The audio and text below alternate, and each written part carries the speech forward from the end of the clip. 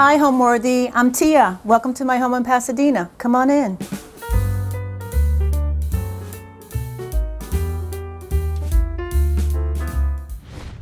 Hello, Homeworthy. I'm Wendy. Welcome to Southern California. Come on in.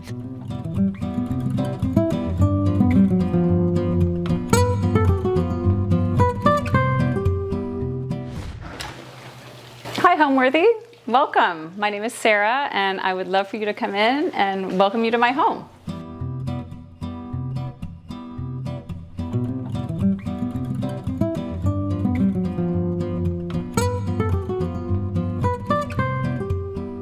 You're watching Homeworthy, where we believe every home has a story.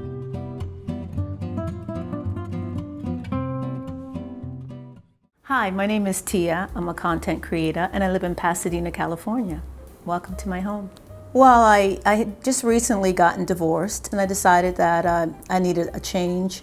My daughter at the time had gotten married and was expecting my first granddaughter, and she moved to Pasadena. So, of course, I decided to come to Pasadena. So I walked into this home. It's from 1929. It was built as a Tudor, but it sort of didn't kind of know what it was. It was a little confused because I saw cottage. I saw a lot of different things, but I saw cottage because Tudors are a little darker. And so I walked through the home and I looked at it, and a lot of the things were missing. A lot of the old, beautiful vintage things that were here probably once someone had taken away. It had a pretty bad 90s remodel, the kitchen and that. And I walked through it, and at the time I had a friend with me, and the friend was like, okay, let's just get out of here. It's dark, it's not for you. And I don't know, I just felt like I wanted to keep walking through it. Something was drawing me here to keep walking through it. And I realized at the time that, for me, it was a mess. It was a full mess. And I was sort of a mess. I sort of needed to be remodeled again with a new life after being married for, more than half my life. And I felt like this house needed a fresh start. And so I think on an emotional level, we connected. And I walked through it, and I said, I went on the front porch and I told the realtor, okay, I'll take it. And she said, are you sure? Realtors don't usually talk you out of it. She's like, are you sure? It's gonna need a lot of work, it needs a new roof, it needs a lot of stuff. And I don't know, there's just something that drew me to this home that I felt like we could sort of help each other kind of get through those hard spots and kind of reinvent ourselves. So I bought the home and it's set in here, and I'm a retired interior designer. I don't do it any longer. I do it for myself. And for family and friends. So I sat, and at the time I was just emotionally bankrupt, and I was like, what am I going to do with this space? I sort of had a block, and I was watching a show one night, and there were these two ladies that I watched on TV, and they were funny, and I said, you know what, I'm going to call one of them. I need a break. I want someone else to come in here and sort of with fresh eyes and sort of tell me what they think, because this house was very confused. So that's how I met Amy and Kate, Amy Newsinger and Kate Martindale, and they were just amazing ladies, amazing designers and stylists, and Amy's an amazing photographer. I sort of sat back and just said, do what you need to do, which is not characteristic of me. I always have my hands in everything. And I came in and they said, what would you like? And I said, maybe like a little pied-à-terre. At the time I was feeling very Parisian, very, divorced Parisian lady. I wanted to kind of have an apartment in Paris, but my daughter getting pregnant and having my grandbaby kind of deterred that. So I kind of wanted to feel that way anyway. So we sort of set out a little bit, and maybe 3 or 4 months later, I came in. They had molding in the dining room, molding in the living room. That took about 4 or 5 months. I loved it. I decided, okay, I'm ready to tackle the rest of the house. I ripped the roof off. We had just done the dining room, and I decided, hey, I need to come in there and rip the roof off. Rip the roof off the dining room, rip the roof off the kitchen, because I felt like, those spaces, this is a very small home. And one of the things when you have a small home, you need to decide which areas, you do your living in. And I decided for me, the dining room and the kitchen were areas where my family could get together for different holidays, Thanksgiving, Christmas, those kind of things.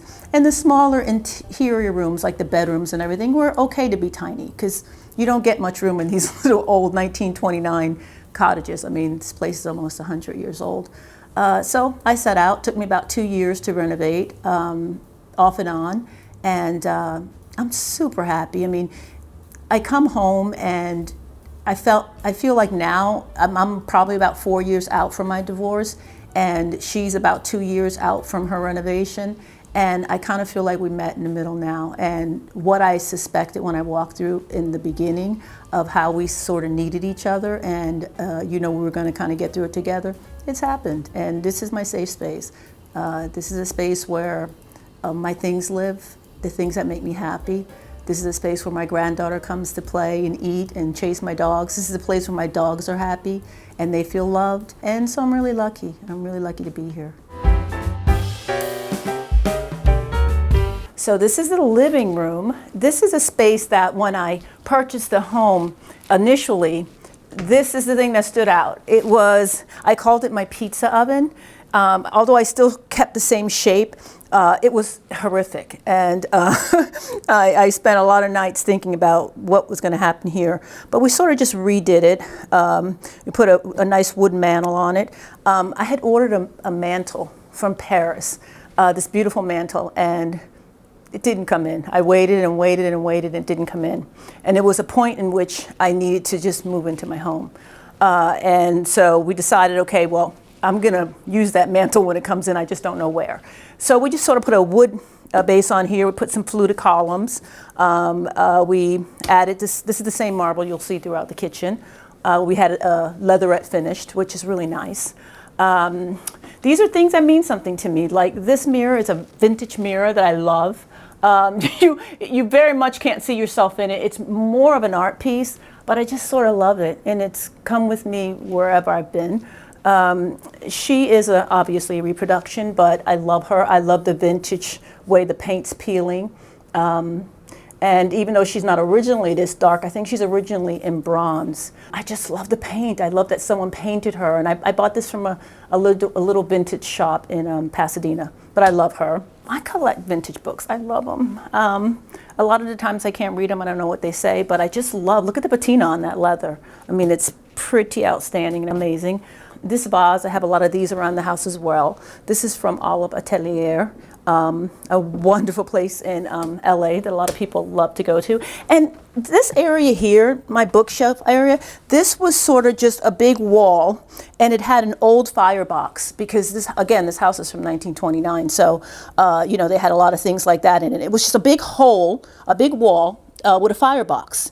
And I have a lot of books, and I have a lot of stuff. Like I told you, I'm a minimalist maximalist. I'm a girl who collects things. And these things just mean so much to me. I mean, like these opera glasses. I mean, come on. I mean, if I never go to the opera and use them, look at the pearl inlaid handle. I mean, just beautiful. So that's something that I love. This is an old French cigarette lighter. I mean, it doesn't work any longer, but I mean, it's beautiful. Old match strike container, old matches, again, old books that I collect. A lot of old books here, a lot of my design books. It's just a space where I can put things that I love. And I love him. He makes me happy. He's been in 5 or 6 different homes of mine, and he just sort of makes me very happy. And I collect a lot of prints. In this house, I felt like I had a lot of my big art from my other house here, and I felt like it was heavy. Because the walls, this is from 1929, it's a 1929 home, and the ceilings aren't that high. So in this kind of a home, big art, big paintings, they felt a little heavy. So I went into the Mary Poppins shed and storage bin, and I bought out a lot of my prints.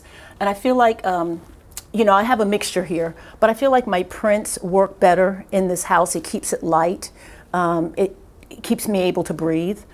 So I have a lot of prints in this house, and also with some vintage art as well. I love it, but I have a lot of prints. These Kate and Amy found for me beautiful, beautiful wall lights. They have a vintage feel, and they're probably about 20 or 30 years old. So not vintage, which a lot of people will say that really is vintage, but you know, they're beautiful and I love them. And I sort of rotate my art. I have a lot of different art, like I said, in my storage bins. And some mornings I wake up and I miss a piece that I might have had in my other home.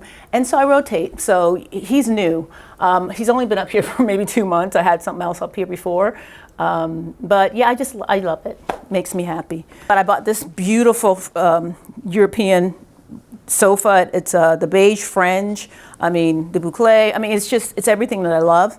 Super comfortable. These are Scalamandre pillows that I love. And I paired them with a beautiful vintage pillow that I found on Facebook Marketplace. Like, I can't even tell you the deal that I got off that pillow. Because if you look at the tapestry sewn into it, this is a piece it's just beautiful, absolutely stunning. So that's one of my favorite pieces, and she kind of makes a little rotation around. This piece right here, I wish I can remember the artist, and I can't, because my friend Amy Newsinger, who's like an amazing photographer, she gifted me this. A friend of hers, who's a photographer, created this beautiful portrait, and it's kind of hard to see. A lot of people don't see it at first, but it's actually a woman. It's actually a beautiful figure of a woman, and it's probably one of my favorite things. And you'll hear me say that a lot because I have a lot of favorite things, but it's probably one of my favorite things in my house. And with the sunlight coming in, sometimes you can't really figure out what you're looking at, but my God, at night, she's just stunning. I love her. So that was a gift from Amy, and I love that. I'll have that forever. This is a little French lamp that I bought when I was in Paris. Super cute. I love the knitting, the pink knitting fabric on the shade. It's just gorgeous. I've had that for a while now, and it comes out and finds its way around my house, but I absolutely love it. This table here is from the 80s, and this is the 80s modern that I was telling you that I love. I love 80s modern, but I love 80s modern with the flair that actually can come into, it could be, this table could have been made 2 years ago, but I love the lucite. I love mixing different metals and fabrics and finishes, because I feel like it gives the home, it lets it breathe a little bit. It's not so contrived, because you don't always like the same metal. You might like something in bronze, you might like something in silver, and I just love mixed metal. So that's one of my favorite pieces as well. I love this little table right here. My granddaughter loves coming too. This right here is this little French cigarette lighter, and I'm crazy about it. It's just amazing.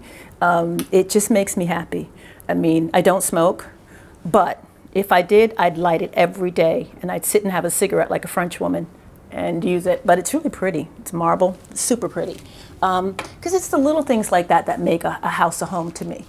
This is very special. I have 3 of these. In my home, I couldn't fit all 3 of them, so a couple of them live at my daughter's right now. But this is an artist in Miami. His name was Purvis Young.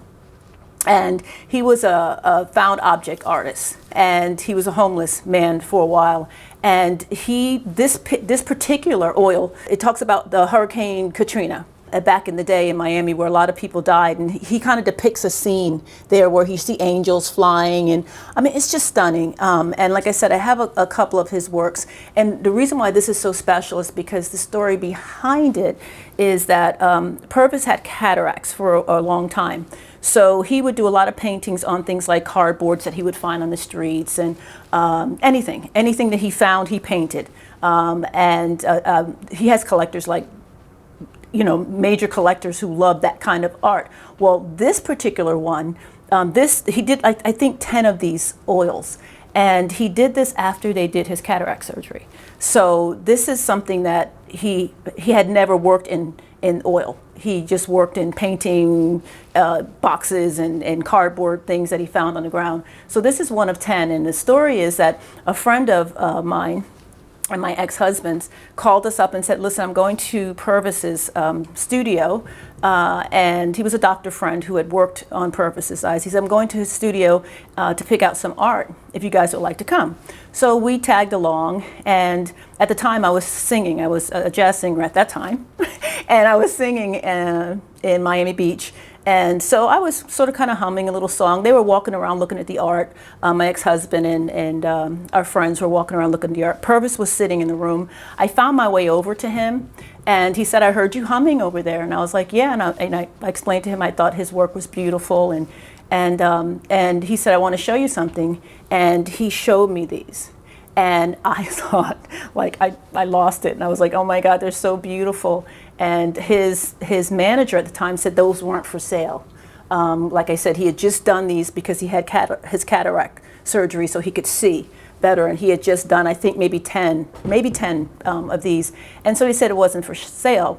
Well, you know, I respected that. But Purvis said that he wanted me to have them. He's like, you know, she's an artist and she's a creative, and I know she'll take really good care of them.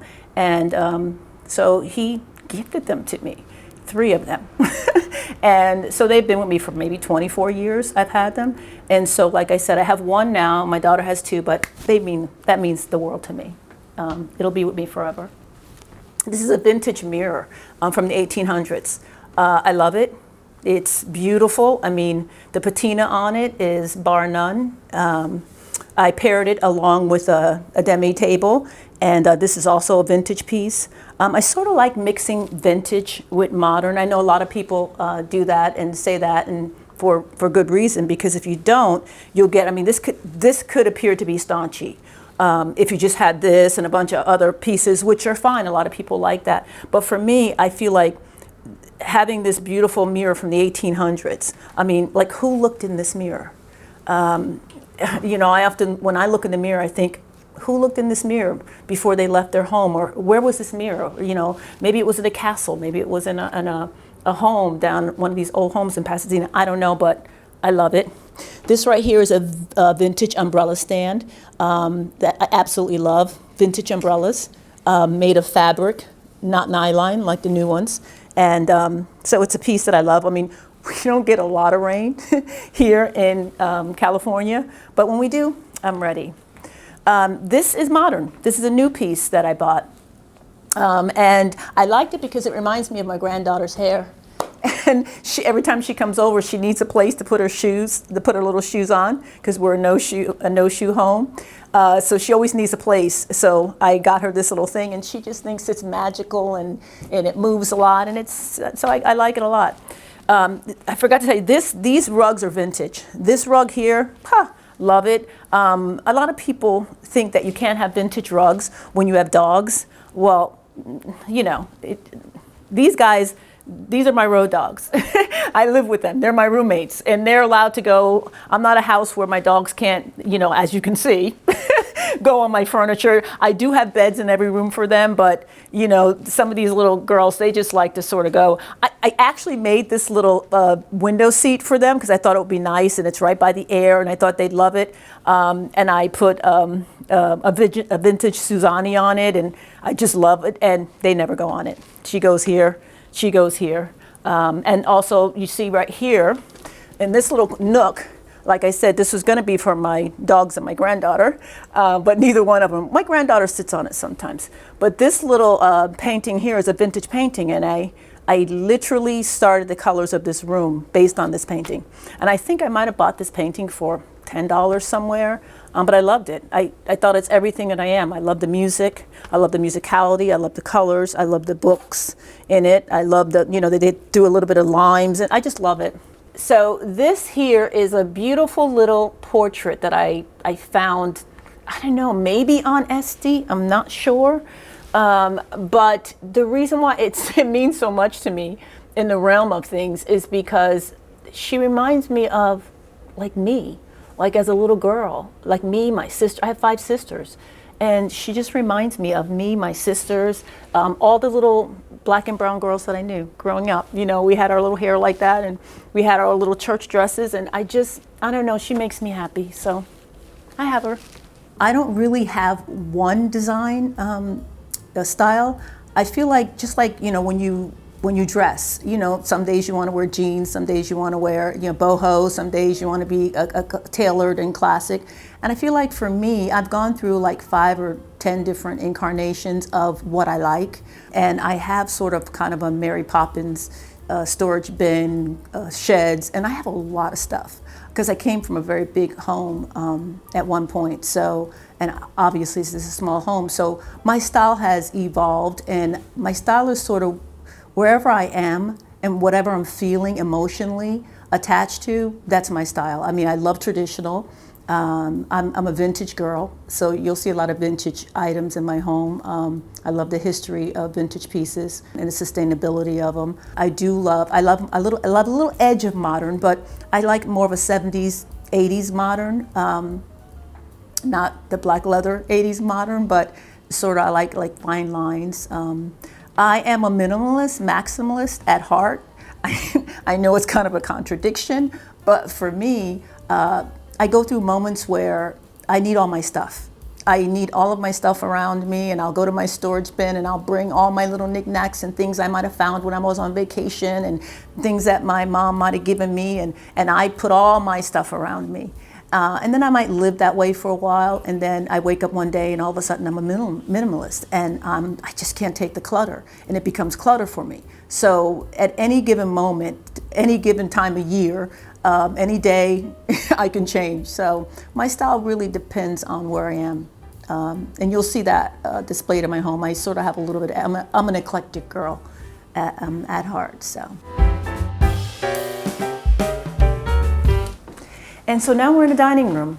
And this room for me is a perfect square. It was and I love a perfect square. The dining room that's a perfect square, it wins in my book every time. But this room, when I bought the home, was closed off. Like it was closed off to the kitchen. So it was more wall and I think one little door that opened up, an old vintage door. I think it was a pocket door, and then you go into this kitchen.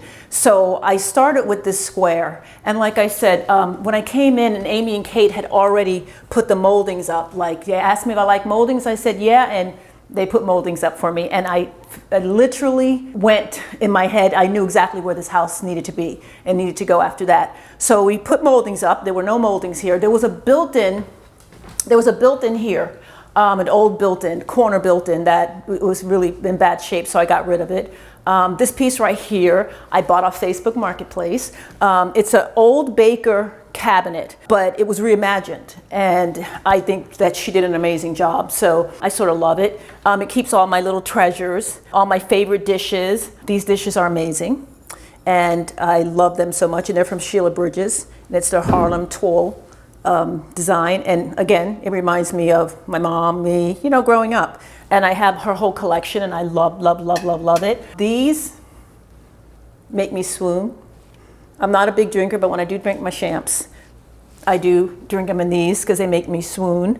I have a lot of brass candlesticks around the house. I collect them. This is really cute because you can put this on there and put a flower in, and also you can take it off and put the thing, but it's all of vintage brass. I have a lot of vintage brass around the house, so this makes me happy. I like this little piece here.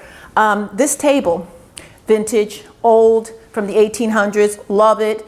Not perfect, damaged. It sort of sloops and slopes down here. I was going to get it fixed, but it's very sturdy, and I decided, you know what? The beauty in this is the brokenness, and it just makes me happy. So I kept it the way it is. You can't really damage it. I love the old oak color. The patina is amazing.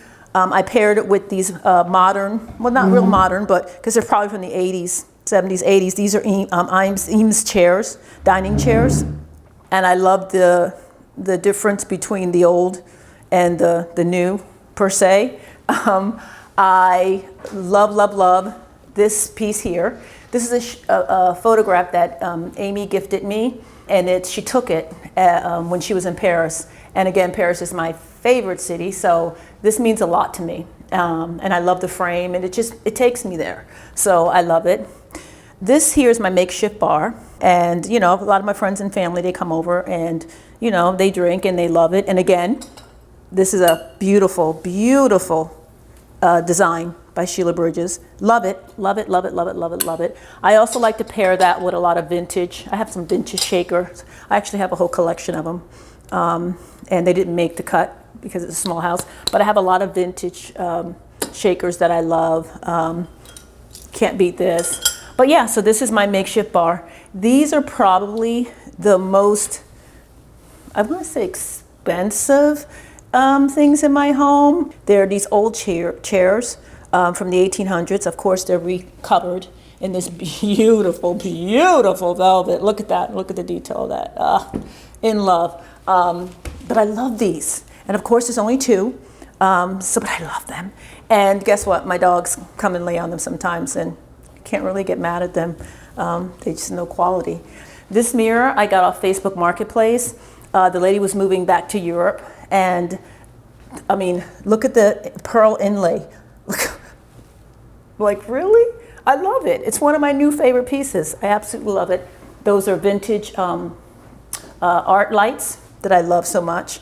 And basically it. This is a small dining room space. Oh, and one other thing. When I redid this dining room, those windows were in the attic. Those two windows were in the attic. And these are original beams from the attic, and I opened it up. I forgot to tell you about this light. This is a little cutie. This is a Murano vintage light.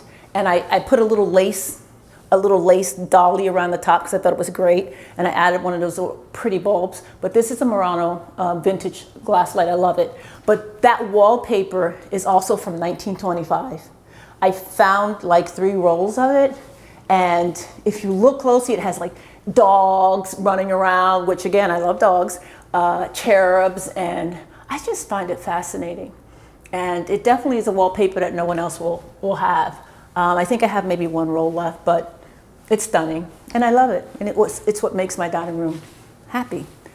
And so these doors I found on Facebook Marketplace. I think they were side lights to a bigger door, but I fell in love with them. And so I bought a couple of them because I just had an idea where I just wanted a little bit of design. I didn't want to close it off because obviously I just spent a lot of money opening it up. But I wanted something of this era of the house, 1929, and these doors are around that era. So I had my wood guy add some, they were sort of up to here. And I had my wood guy add a piece of wood on the bottom. I put a little molding on it, and I just painted them. And I tell you, I love them. They make me feel like I'm in church. I love them. For me, the best compliment that someone can give me when they walk into my home is that they feel welcomed, and sort of they can feel the love, they can feel the intention. I do decorate with intention. I do everything around me sort of means something to me, or else it doesn't make the edit, because I live in a small space. And when you live in a small space, you sort of have to consistently edit and have things around you that just really mean something to you, because you don't really have the room to do other. But when someone comes to my house, like my granddaughter comes here, and she loves coming to see me, and she gets to run around, she gets to be at home, and that's what I want. I want when someone comes to my home to feel like it's their home, and that they can do, say, be whatever they are in their home, they can do it in my home. My favorite space in the house is, I would normally say my bedroom, because that's where I spend a lot of my time. And it's just my cozy little space where I can sort of just kind of be Tia and, look the way I want to look, be what I want to be, watch what I want to watch, But honestly, my favorite space, I would have to say now, since my renovation, is my kitchen. It's a very intentional space. I left a lot of space there. So again, when my grandbabies are here, they can run around. During holidays, you can fit probably 10, 15 people in there, cooking and roaming around. And so I would say the kitchen is a space that makes me feel whole. So this is the kitchen. Now this is probably the space in my house that's gotten the biggest bang. This and the dining room. As you can see, I still have some of the old attic beams going across. This whole area up here was attic. The kitchen was half the size. It went up to maybe here. And then there was a small door that went out to the side. And there was a rickety old bathroom behind it. And when I walked in here, I decided, again, this is a small home. So what I wanted to happen is I wanted to be able to have the kitchen and the dining room as spaces that felt big, and that you can have a lot of people. Sometimes what I do with this is I move this butcher block. This is a vintage butcher block that I absolutely, to die, love it. I move it down here, and then I have a table here that acts as another, as another island, but also it has seating around it. So my granddaughter can come and sit, and she loves it. So today it's a little more open, but in this kitchen you can actually put a huge table, many chairs. I do it for the holidays, and I usually wrap vines and twines and lights around the beams, and it just sort of kind of becomes a winter wonderland in here. So this is sort of my favorite space. These I bought vintage at a Pasadena antique mart. It's really hard to find 3 of anything vintage. You're lucky if you find 2, but I found 3. And I thought because this kitchen is so long that it needed 3. And I held out until I found 3 of what I liked. But I found 3 of them, and I'm so happy. I love them so much. They're kind of a pain to clean, but hey, beauty's pain. So I love those. Again, this is an Ilve stove. I decided that I wanted to have a pop of color in here. And I love this stove. It's very European, very French. And I couldn't afford the La Cunu, so I got the Ilve stove, but I'm super happy with it. Love it. These change. I have a lot of vintage tile. And I change my tile behind my backsplash like people change, whatever, but I change them. This is the incarnation. I think I've had these up for 6 months. I don't ever lay them. I have behind just so they can stick. And I live with them because I like different looks back here. And I do have the marble behind it. So sometimes I just take it off and I leave the marble behind it, but I absolutely love it. This hood, you have to look at it. It took like 3 different incarnations of this hood in order for us to get it right. He did it a little square before, and I just wanted it very sculptural and architectural, and we finally got the right shape on it, and then it was just white plaster. And I just decided one day, I called him up and I said, do you think we can faux this to look like this marble? But I didn't want a big marble hood up here. It's not cost effective. It'd be like $1 gazillion. But I felt like we could get that look without it. And I mean, he did an amazing job. If you look at this marble here, the way this line comes up and goes, it actually, in the veining, it actually looks like it's this marble, but it's not. This hood is plaster faux. So he did a great job on that. This is marble. It's leatherette finished. I love the leatherette finish. It's sort of like a hone, but it gives you a little more texture, a little more shine, but not polished. Because I felt like this kitchen had so much light that if I did a polished, there would be light flickering off everything. Didn't want that. But I love it. I love it. This is also on my fireplace, if you notice, in my kitchen. Love this pot rack. I use them. I actually use them because I love to cook. These mirrors make me happy. Those are vintage. This right here, I bought from Olive Atelier, like I told you. And it has some of my special pieces in there that I love so much. I mean, look at these. I mean, come on. Beautiful.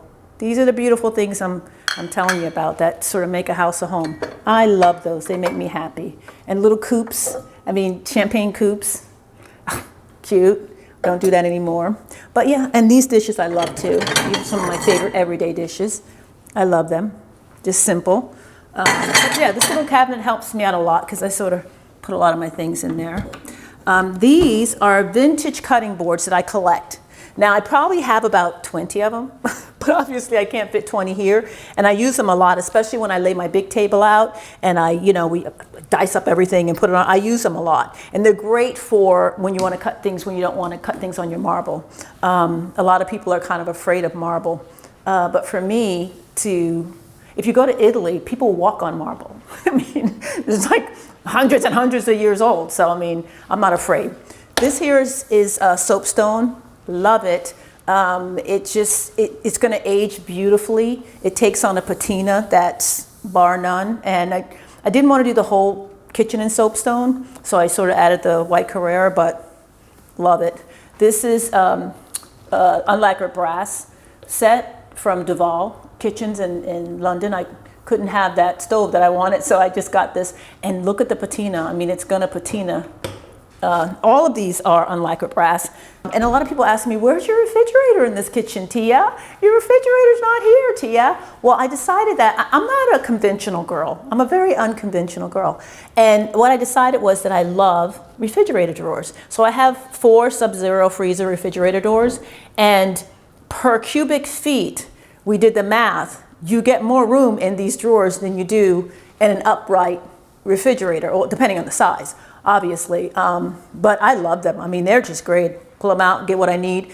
And they're actually hidden, so you don't see a refrigerator at all in this kitchen, but they're here. They're just there. These are great cabinets that I had made. What I did with these cabinets, it's kind of a mess in here, but well, also I put wallpaper in here, which is a design thing I love. But what I did with these cabinets is I put all of these cabinets are all of my things with plugs. So my blender never has to come out, my toaster, my hand mixer, I have an air fryer in here, microwave in here. But what's so great is I took the soapstone all the way back. So when you close the cabinet, you still see the bib of it is soapstone. And I just love it. It makes me happy. And the piece de resistance of my kitchen, besides the skylights, which was a game changer. I mean, I added those probably a year ago, maybe 6 months ago now, and I love them. They're a game changer.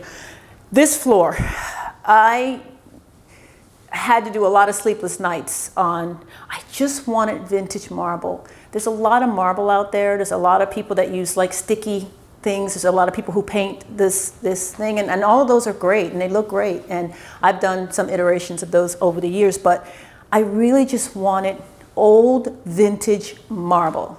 So this is what I spend a lot of my money on in my kitchen, because I just feel like the floors are everything. They make me extremely happy when I come in here in the morning. I mean, you can even see the light from the skylight. I get the glow all over the kitchen around 2 o'clock in the afternoon. It's just crazy. The light just dances around. And there's just something about vintage floors that have been walked on forever that just make a space feel really special. And I love them. They're some of my favorite things in this kitchen. A lot of my vintage art, this is a great vintage art that I got. And I have it next to modern art because I think that's a good pairing.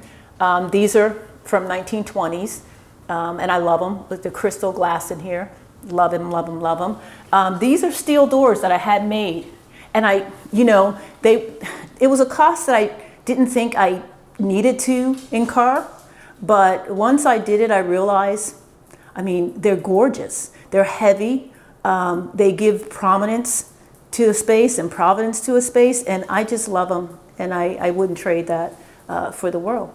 And one more thing, I just want to say one more thing about the kitchen. These, a lot of people when they do a kitchen, and they spend a lot of money on, getting your marble just right and cut just right and everything, but then they leave the white plugs in the, I just think that, and they're not that expensive. I think it's a little idea to change those because they really do make a difference. This is the garden, and this is an area that when I bought the house was just nothing. It was concrete, all concrete. I just knew that for me, I wanted to have a little space, a little sacred space that I can sit and have a glass of wine with friends, relax. And so, I actually love gardening, and I've been doing I do a lot of my own gardening. Sometimes if it's, if I have heavy trees or plants, I'll have someone help put it in, but I basically planted a lot of these plants myself, and it means a lot to me. This dining table is an old vintage restoration hardware. You can't really get this anymore, and I got it.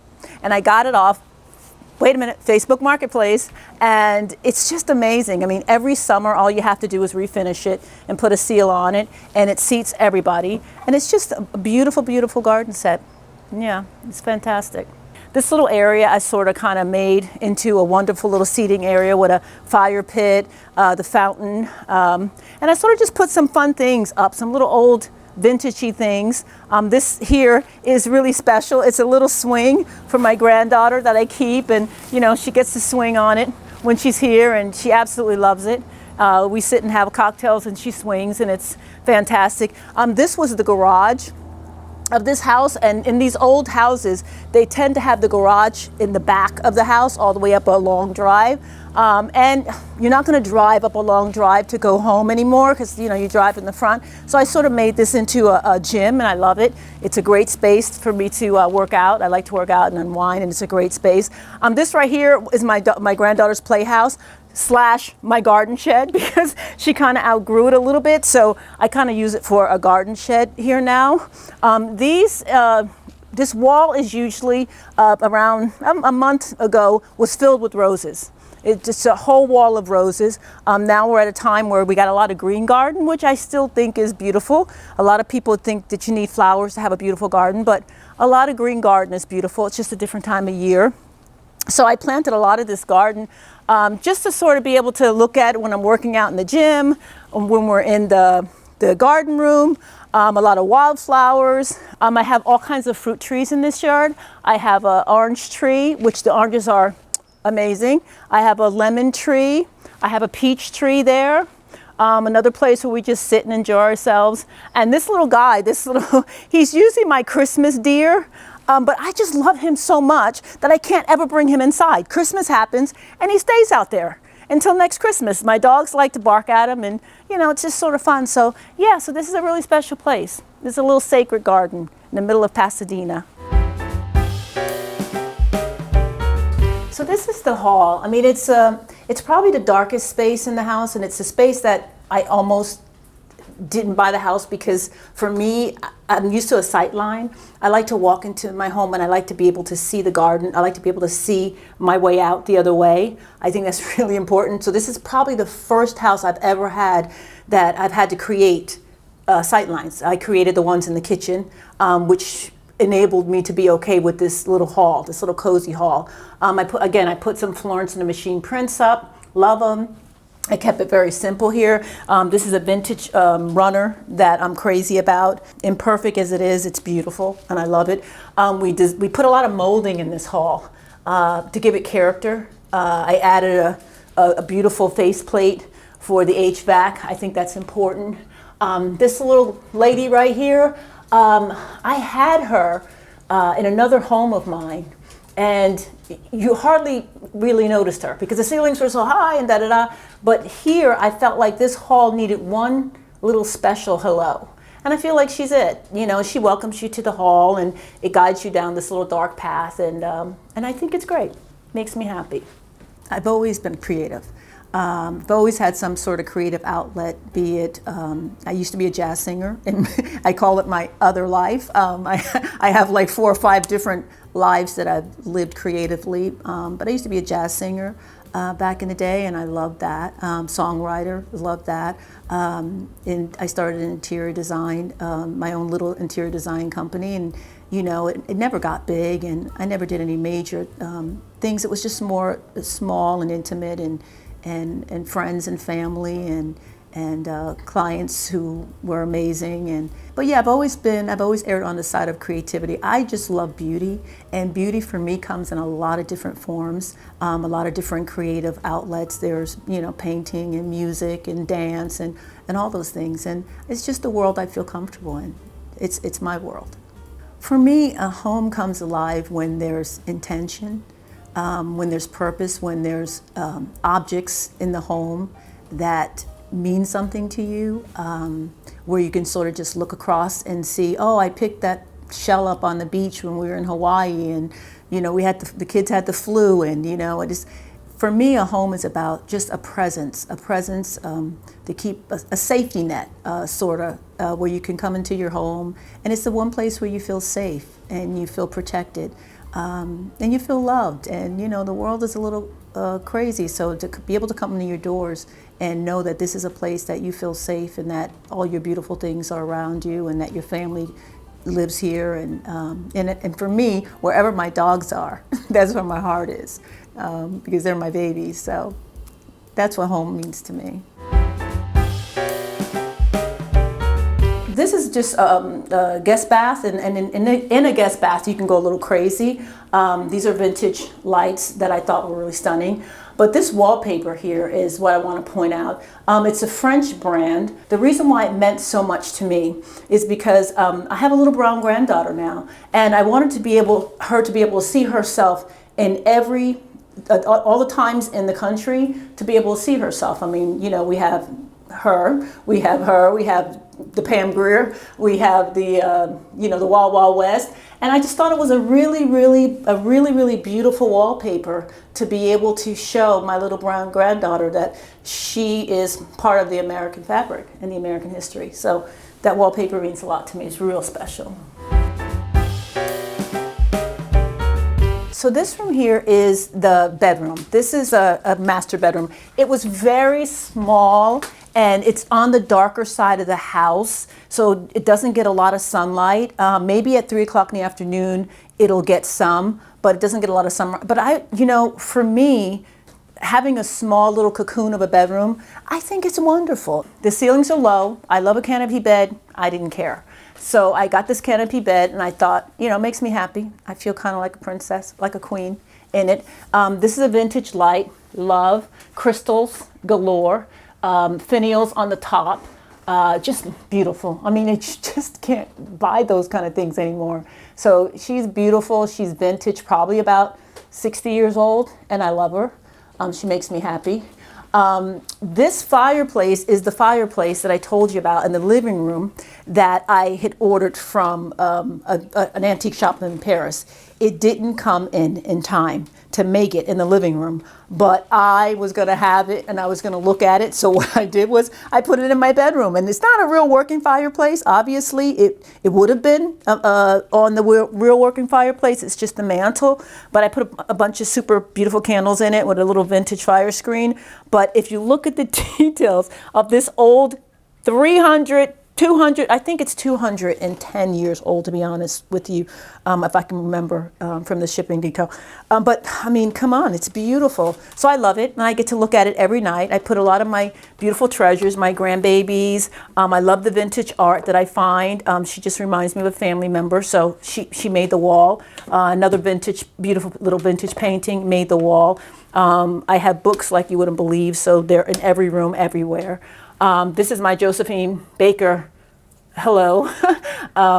She was a feather girl, and I just love feathers, and I used to wear a lot of feathers when I sang on stage. So this little moment here with this vintage little light, I mean, look at him. He's gorgeous. It just makes me happy. This vintage mirror I bought at an antique shop in New Jersey, I believe, and it's just gorgeous. I mean, the paintings on top is gorgeous. These chairs here are old vintage chairs with hide on them, and I'm not crazy about the hide because I'm a vegan, but I felt like it was already there, so it's not new hide, and so I sort of kept them. But these chairs are just to die for, the carvings, and this is a vintage chair. This wallpaper. Again, this room was a really small interior room, and I decided that because it didn't get a lot of light, I was going to kind of go with that. It's not a light room, it's a cozy dark room. So I got this wallpaper off Etsy, of all places, and it looks like a painted mural. I mean, just look at it, it's gorgeous. It makes you feel like you're in the middle of a forest. And it's beautiful. I get so many comments on this on my Instagram. Everybody just loves it, and it's beautiful. And this is a frame TV, beautiful old frame. A lot of people like to hide their TV. It's a frame TV. You have art. I like to watch TV. I love to watch design shows, and I don't hide my TV. I just make it beautiful, so you can do it. This right here is my dog bowl. The reason why I'm bringing it up is because it's moving water for the dogs. But besides that, I get a twofer. It's actually, it makes noise like a fountain at night. So I sleep like a baby because it's like I hear a fountain, but it really wasn't meant for that. So that's one of my finds that I brag about all the time on Instagram because I love that. It's amazing. I highly recommend it because moving water is good for dogs. This is an old little vanity that I love. All my favorite little things are here. Old vintage, wallets and things like that I love. Old candy boxes. This company Louis Sherry, it's a candy company. But these boxes that the candy comes in, I mean, for you design aficionados, there's like 20 different boxes like these, and all of the boxes are gorgeous. I mean, I keep lots of little things in there, but just gorgeous. So the candy's amazing, the boxes are good. So yeah, so that's my vintage. This right here is a Hans Jacobsen Silk Light. I've wanted one forever, and it cost more than it should have, than I should have spent for it. But I mean, I love it. It's beautiful. It's something that's timeless, and again, it just reminds me of my days as a jazz singer. It gives me that feeling, the silk beat, the silk strings on it. I mean, it's just beautiful. So I absolutely love it. This is my baby's beds, and they fight, but they sleep together. They love each other. So that these windows, you'll notice in all the windows in my house, I added gates outside my windows, because in Parisian apartments, they sort of have those. And I thought that it would be nice to be able to look at something, since we don't really have a view in this room. So I added these little gates to a lot of the bedroom windows. So they're really great. This here is we're going into the master bathroom now. This didn't exist. This was a little tiny hallway that went into, you'll see the family room, which is the sunroom. It was a sunroom, and now it's my family room. But this was just a little pass through. And I decided, since I got rid of the old bathroom that was this big in the kitchen, I decided that, you know, we needed another bathroom, because you don't ever get rid of a bathroom unless you're going to add a bathroom. So we added this bathroom again, the marble. I decided I wanted to just kind of have a bang in this space. So I chose this marble floor, and I love it. It's great. It sort of, again, in Italy, they walk on marble. I want to walk on marble. This shower is huge. I actually was going to do half of this shower and then do the other half with my sauna. But at the last minute, I was like, you know what? Because if I ever moved, I'm taking my sauna with me. So then I would just have a hole. So I decided, you know what, I'll just do a bench. So you can use the bench for, you know, shaving and that. But I love the shower. It's great. I had this glass door made. The glass maker said that, hey, you sure you want a curve? And I said, yeah, because I felt like to enclose this whole thing in glass would just be too much. So I got a curved glass door. And I don't run into it. People are like, do you run into that? I don't run into it. It's great. Again, you can see the grate on the windows that I chose. Love the bathtub. It's great. It's deep. I love taking baths, and it's a great bathtub. I got all European fixtures. If you notice, all of them are European, and I love them. I think they give an aesthetic to the bathroom that I really wanted. One of the things about a small space and a small home is storage. So every chance I get, I add storage. These, I mean, it's a mess in here, but these are all medicine cabinets with tons of storage inside. These are all storage drawers. They actually have built-in plumbing, electricity, so that you can blow dry your hair and do those kind of things. These are Murano sconces, and I love the color of them. Pink is my favorite color. And one more thing, I had this built in, and when you open it, right now I won't open it because it's a mess, but when you open it, it has, I can put all my daily clothes. It can fit a lot of clothes and a lot of drawer space and a lot of top storage, because again, storage for a small space like this is really important. And then I built a huge wardrobe upstairs in my attic. I mean, I have like walk-in closet. It's huge. This piece of art right here is called Audrey of Mulberry, and Tristan Eden is the artist, and he actually painted Audrey's portrait on the side of a restaurant in Brooklyn, in New York. I believe it's in Brooklyn, but it's beautiful. And the story goes that this print, which he signed, he had given to someone as a gift, and anybody who knows me knows that I love Audrey Hepburn. I mean, I think she is just phenomenal. Not just a phenomenal actress, but a phenomenal human being with all her work she did for UNICEF. But I just love her. And I just love this because it's a modern take on Audrey Hepburn. So maybe the new generation can kind of get to know her. But it's one of my favorite pieces in the house. So I love it. So now we're stepping into the attic, and these are the closets that I told you about, and I wanted to show you. I had these closets built in because, as I mentioned before, in a small house you don't get a lot of closet space. So I sort of had these built in, and now I have more space than I can ever want. Plenty of shoe space, plenty of closet space. It's fantastic. So these are shoes that I love in my closet. I wear these often. I think they're just very sexy, and sometimes I just leave one there to look at it because it's like art. Hi, let's go back downstairs and I'll show you a few more spaces in my little cottage. Come on. So this was a sunroom when I purchased the home. It was just a white little sunroom that I didn't put on, the previous owners had it on. And I just loved it. It was always my favorite space because when I moved in here, honestly, the garden was just, it was not a garden.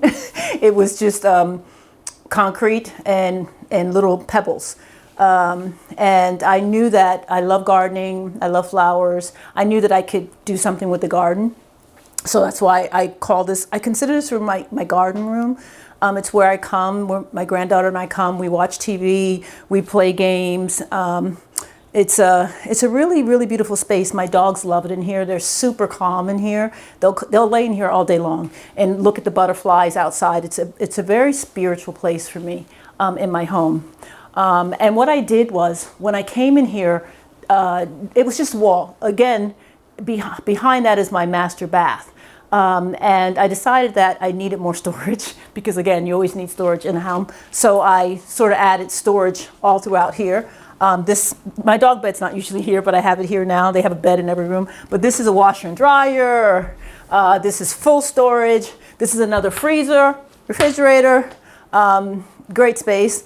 I put a mini split in here. It's great in the summer. I do a lot of my correspondence here, write little notes, keep little things in my drawers. I added a mirror here. It's an odd place to add a mirror, but I thought it was great because the more light you can get reflected in this room, honestly, the better.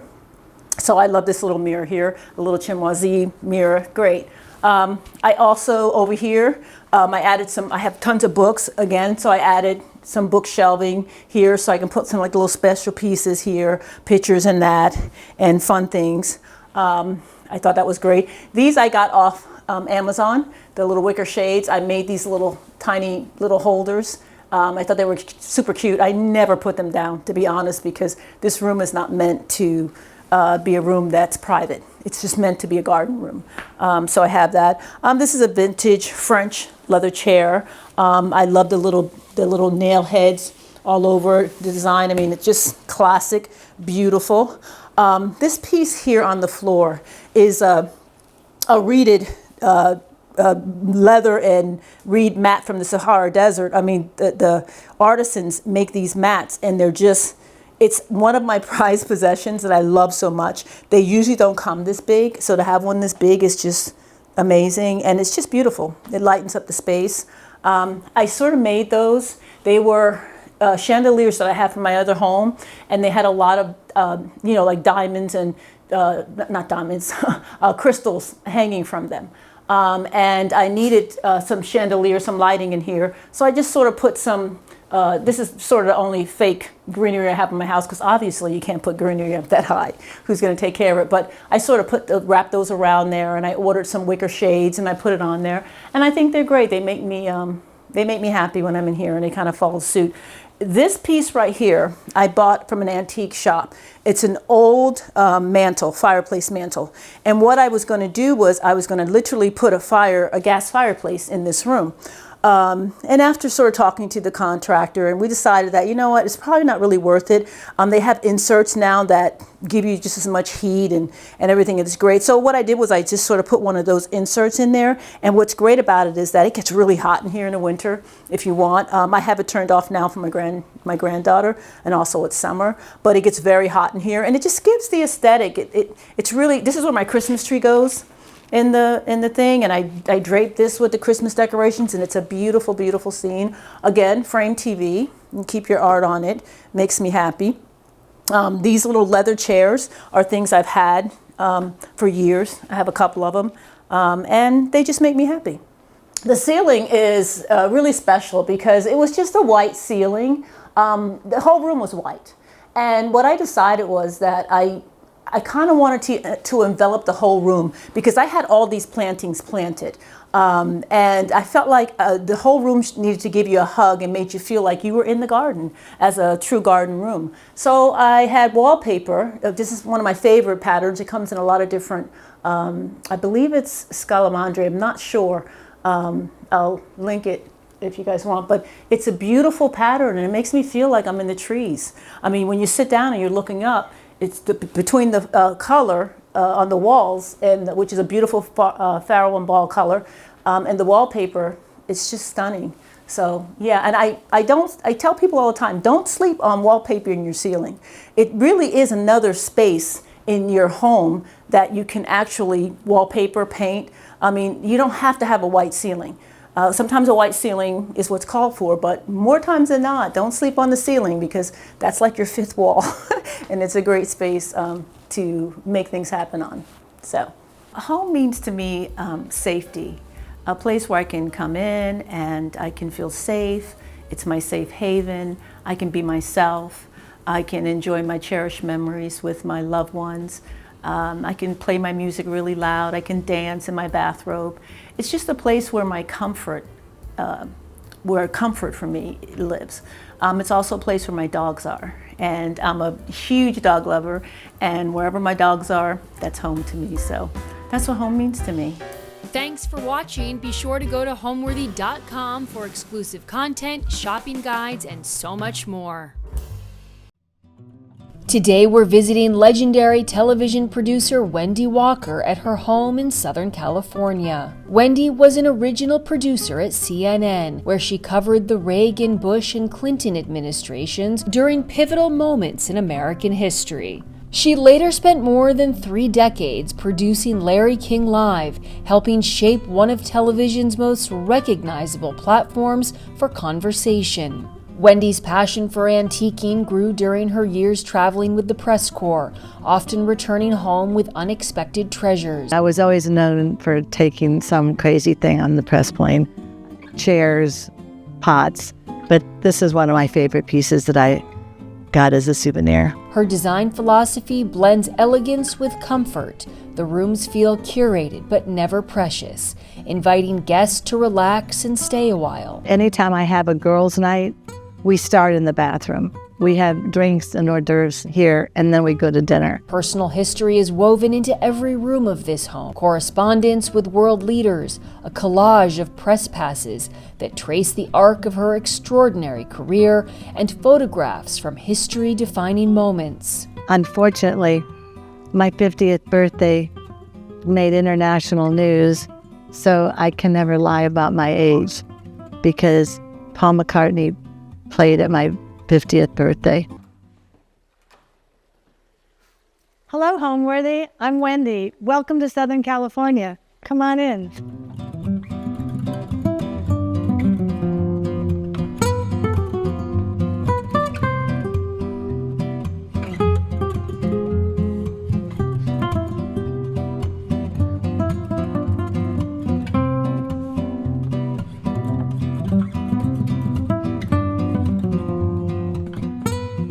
You're watching Homeworthy, where we believe every home has a story. Hi, I'm Wendy Walker, and I was a CNN original, which means I helped start CNN and was there for 32 years.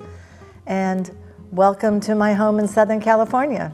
How I ended up at CNN was really kind of interesting. I was working at an art gallery in Georgetown in Washington, D.C., and got a call from Ethel Kennedy to see if I could become her social secretary.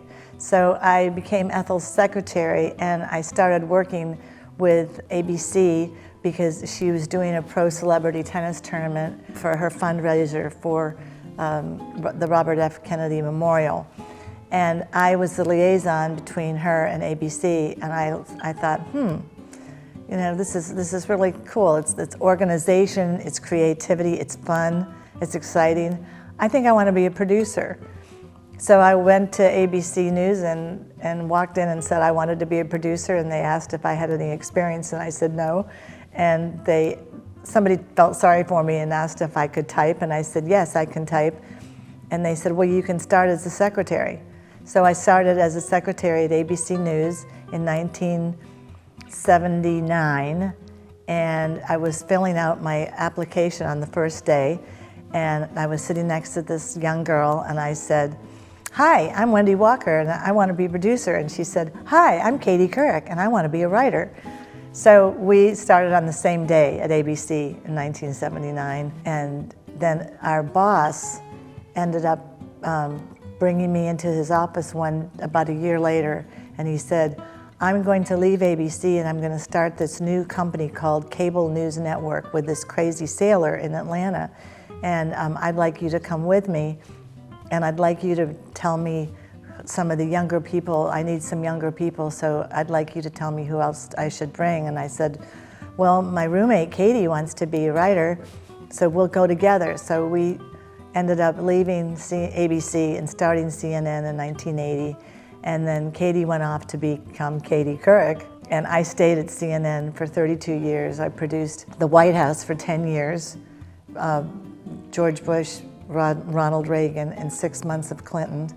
And then after that, I spent 18 years producing Larry King Live.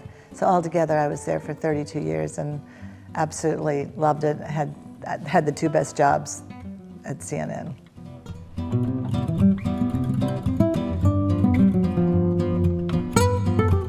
This is the living room, and even though it's pretty, it's still functional and livable, and you can come in here and put your feet up, and it's not off limits at all. I have an Afghan. I have this thing about making Afghans when I'm watching TV. I can't just sit there, so I have to do something.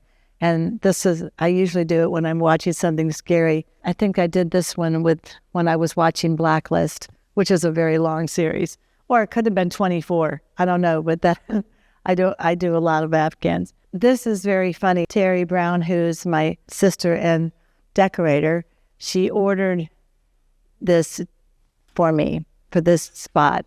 And we decided to call the house Chateau to Wendy. And when we got it, it came and it said Chateau to Wendy Bottom. And I said, why does it say Wendy Bottom? So she called the people who made it. And she said, why did you put Chateau to Wendy Bottom on this? And they said, well, you said you wanted to put Chateau to Wendy on the bottom. So they messed up and put bottom instead. And then they made me a new one. And I thought, no, I want to keep the one that says Chateau to Wendy Bottom. So that's why that's there. Besides being a bookaholic, I am a potholic. These are from the Paris flea market. I actually just had them, we shipped them over in a big crate. But these are particularly beautiful ones. I absolutely love those. The painting is super, super special. It was done by an artist called Todd Murphy, who unfortunately passed away in his prime when he was just becoming big, and I think he was in his 40s. And I commissioned this piece, which really reminds me of, I think Alexander McQueen would have really loved this painting because it's all twigs, and we have a lot of hummingbirds here, so there are hummingbirds all through the twigs, and at night when there's just a spotlight on it, it is so eerie and beautiful. But I'm so honored to have it because he did a lot of dresses like this, but he also did amazing animals, and he was an incredible artist, and he just was snuffed out way too early. But Todd Murphy, look him up. His pieces are just absolutely beautiful. Another flea market piece. This is a sculpture. It's a Kelly bag, but it's really heavy.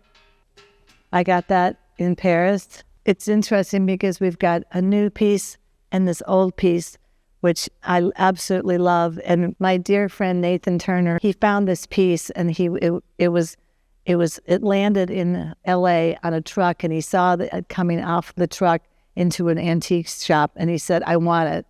So he grabbed it off the truck for me, and we think it's Swedish. I love it because it's in 3 pieces. The canvas is kind of sewn together, and it has a scaffolding on it. And when I got it, my children were younger, so I just thought it just reminded me of something that I had to have. So I love that piece. It has a lot of meaning.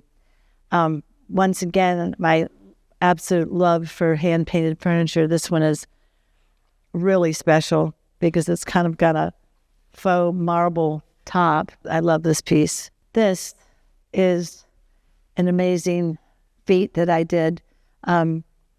What I decided to do is to chronicle my career for my kids. And so it took me 2 years to do it. And it's over 1,000 pages. And it starts with Ethel Kennedy when I worked for her. It's all there from the very beginning of CNN. This picture was when we first started just making a newsroom.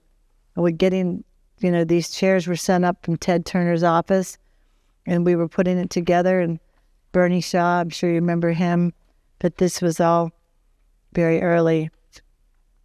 And there I was with Sam Donaldson.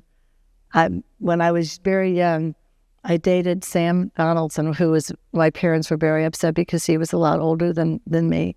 But now Sam's 90. But it just chronicles my whole career. This is something I made for both of my kids, and I encourage anybody to put your things together in one book. And so it's just nice to have.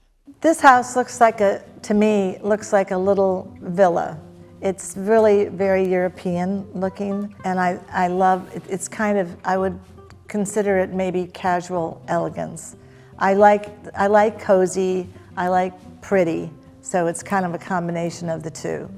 And what drew me to the house was the light. There's hardscape outside on either side of the house, so it's a great entertainment house, and it's good for where I am in my life right now. My children are grown, they're out, so when they come over as adults, and we have a lot of dogs, so that we have really a fun time with all the dogs that come and hang out here. They all love it. And it's also really good for casual get-togethers. I love to have small dinner parties at my house, and so it's just a really casual, lovely house. And my daughter calls it the pretty house because it's actually pretty.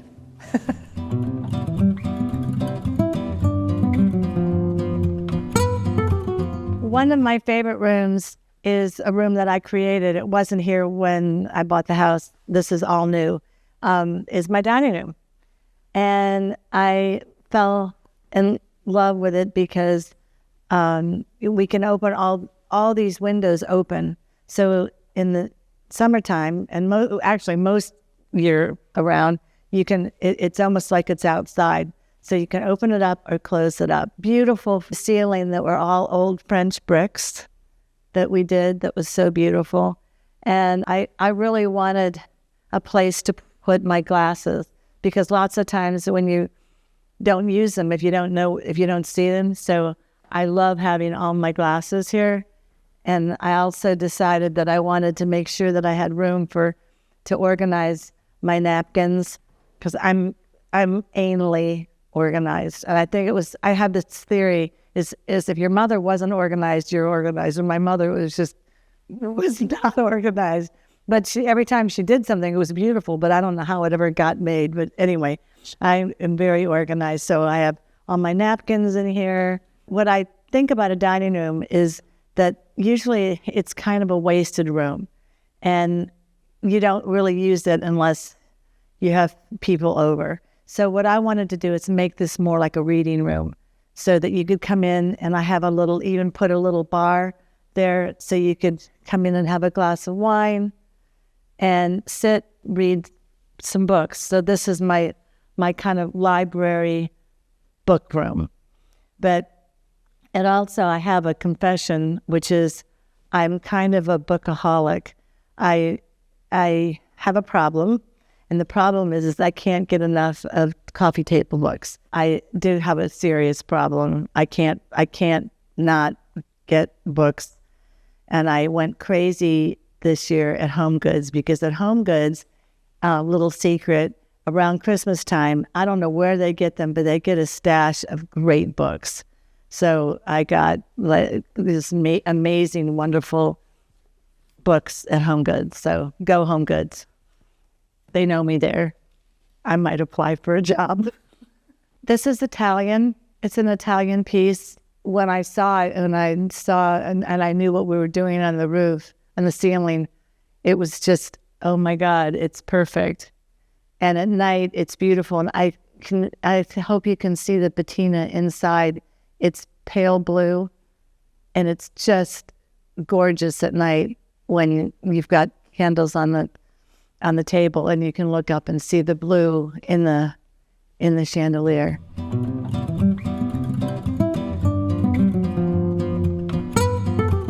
This is my den, my family room. I spend a lot of time here with my family. It's the cozy room. The fireplace is always on.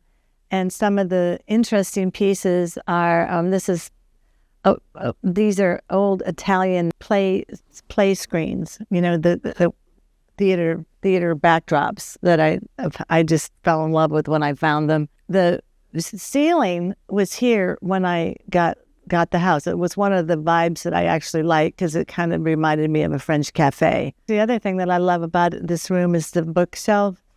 I kind of think of this as an installation. I went shopping in my house and found to just put the blue pieces in, and then picked out the books that I thought would be pretty together, and then just found some beautiful frame pieces that with the gold. So I put it all together, and lots of times I'm constantly moving something around, but I really enjoy putting this together. I always thought it would make a good cover of a magazine, in case anybody's interested.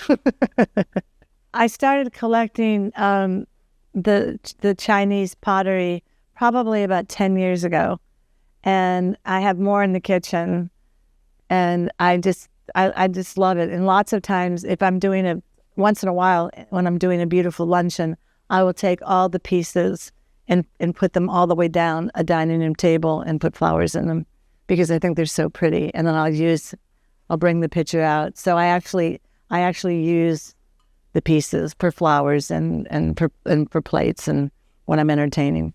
So this is really kind of one big room, and goes into the kitchen, and still you can see all the my collection of this beautiful Chinese pieces that I just love. And again, I'll still pull that out if I'm having a big party with the rest of the china, because it's so beautiful. One of my favorite things are these sconces.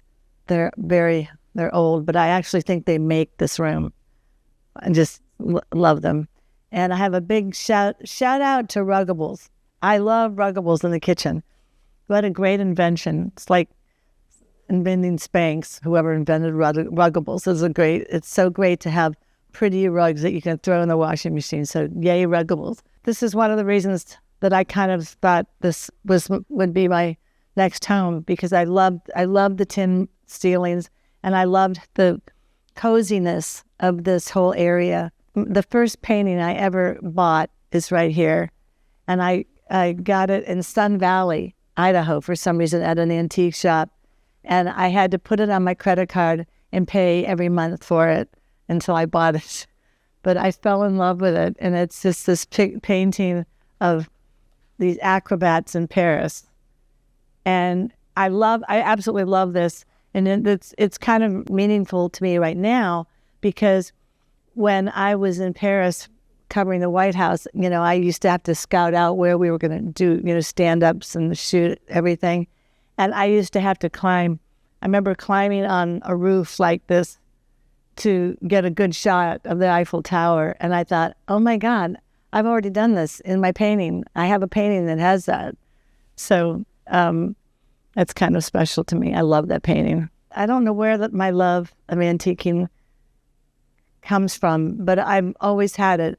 And when I did cover all those 50 countries, every time I would go there, I would get a cab and run and find an antique shop and buy something that was an antique that I would bring home. And so I have a lot of pots. I have a lot of things that I bought all over the world just for my souvenir. There was something in an antique shop. But I love, that's why my favorite place in the world is the Paris flea market. I mean, that is just the best.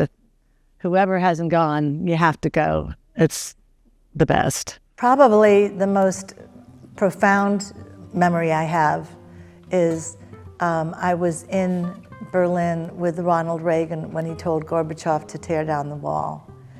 And I still have the copy of the text in my office. That was when he said it, we all got chills and knew that we were really experiencing history. It was pretty amazing. Another fun thought was that I got in trouble one time from my boss because we were interviewing Marlon Brando at his house. And Marlon Brando was a recluse, and he sat down with Larry because he had to do one interview because there was a book coming out about him that he did not approve of, so he wrote his own book. And his publicist said, well, you have to do one interview. So he said he would do Larry King. And LA had never seen him. He never went out of his house. He was a recluse. So we went to the house, and he came out and sat down with a coffee cup full of something that was not coffee. And we did this amazing interview. And at the end of the interview, he and Larry started singing, and they kissed each other on the lips. And I got a call. I thought it was great. I thought, oh my gosh, here's a TV moment. I got a call from my boss, and he said, why did you let them do that?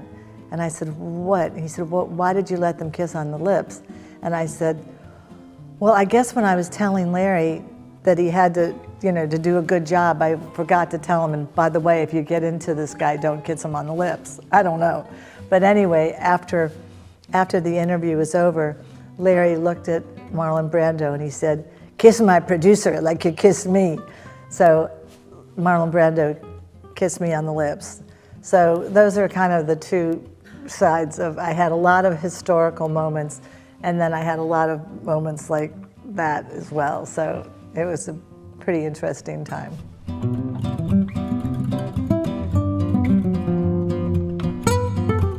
Well, we're on our way to my office, and it's fun just to show you that I have these two little niches which actually are perfect for an Emmy. And this is from Ethel Kennedy, which is something I really treasure. So those are kind of fun. Anyway, it's on my way to the office. So here's my office. This is one of my favorite paintings. Again, I got it at the flea market in Paris. And then I picked, I have the big book that I did in the living room of my whole career. But what I did here is pick out just special photographs that are special to me. It's kind of ironic that I covered 3 presidents, because when I was 3 years old in 1956, Richard Nixon was running for vice president for his second term, and he did a whistle-stop tour in Pennsylvania where I lived, and he picked me up. And then the other thing that's so weird is that before that, I lived in New York, and I lived in the house that the President and Mrs. Clinton live in now. So even as a child, somehow I was destined to cover presidents. This is a really interesting, special thing for me. When I introduced President Reagan to my daughter when she was a baby, and I had on this pink suit, and when later on, years later, I was interviewing Mrs. Reagan, and my daughter asked me if she could take the day off to go with me to interview her. And I said, sure. And so she said, well, can I borrow something to wear? So she went in and she put on this pink suit. And I said, how did you know to wear that suit? And she said, I don't know what you're talking about. And I said, that is the suit that I had on when I introduced President Reagan to you. And so I said, I have to show this to Mrs. Reagan. So I brought the picture with me and showed Mrs. Reagan. And she wrote me a darling note about how special it was. But it was uncanny because my daughter is not a pink girl. This is not the kind of thing she would have picked out, but she picked out that suit. Anyway, I've always loved that picture. So anyway, this is just some of the highlight pictures of that were special to me. Like, it was very hard to get an interview with Mick Jagger. We did Nelson Mandela, Marlon Brando kissing me on the lips. This was a really interesting picture of Ronald Reagan and me. I was allowed to ask him a few questions by myself. That was a huge deal to me.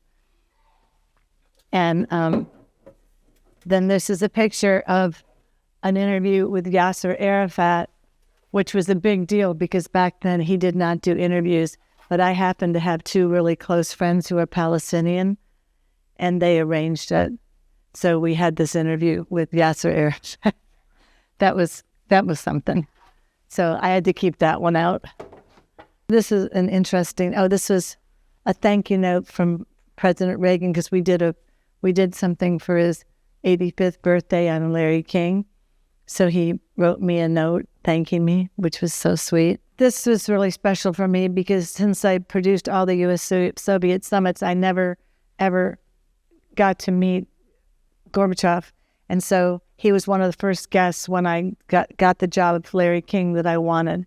And so that was a really special thing for me to have. And then this is, of course, when Paul McCartney surprised me for my 50th birthday, and I can't lie about my age picture.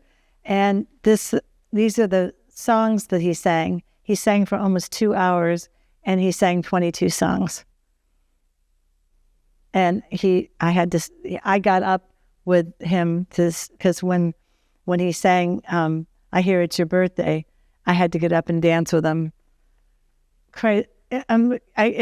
It's an unspeakable thought. I mean, I can't even really believe it actually happened.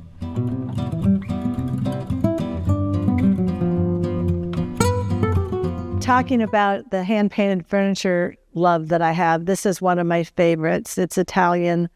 It's absolutely just the most beautiful piece. And the color is just amazing, and I just love it. And this is another thing when we were talking about getting souvenirs from my travels. This was from Italy.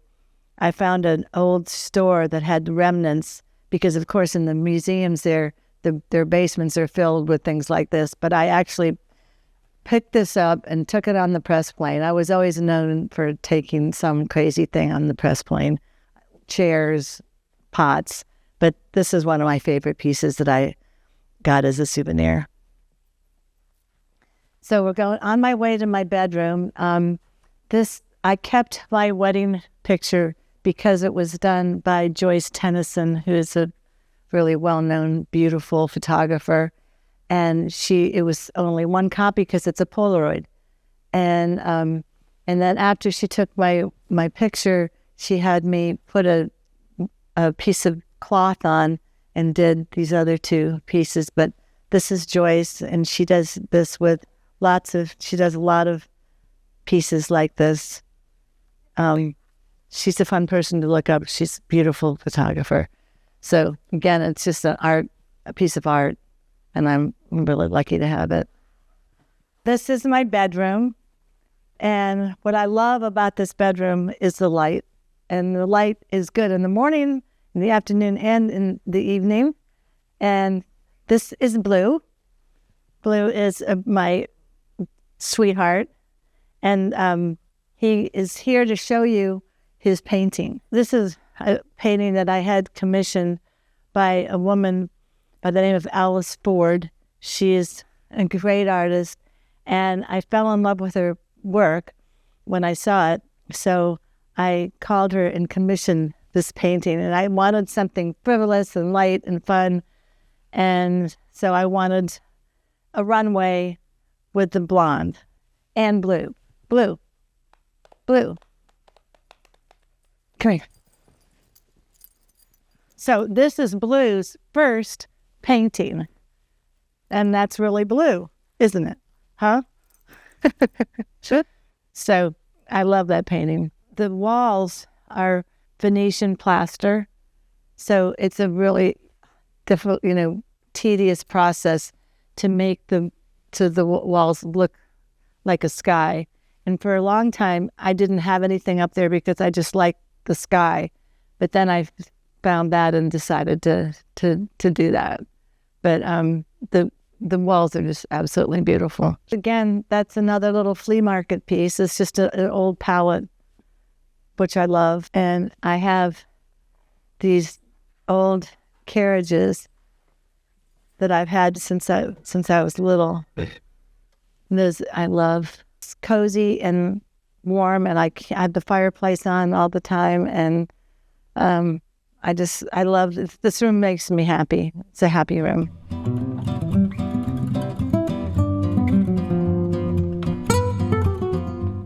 So this is kind of an interesting story, but when I got this house, I decided to make the dining room, and I also wanted to extend the bathroom. What I didn't really realize was how extensive the bathroom was going to be.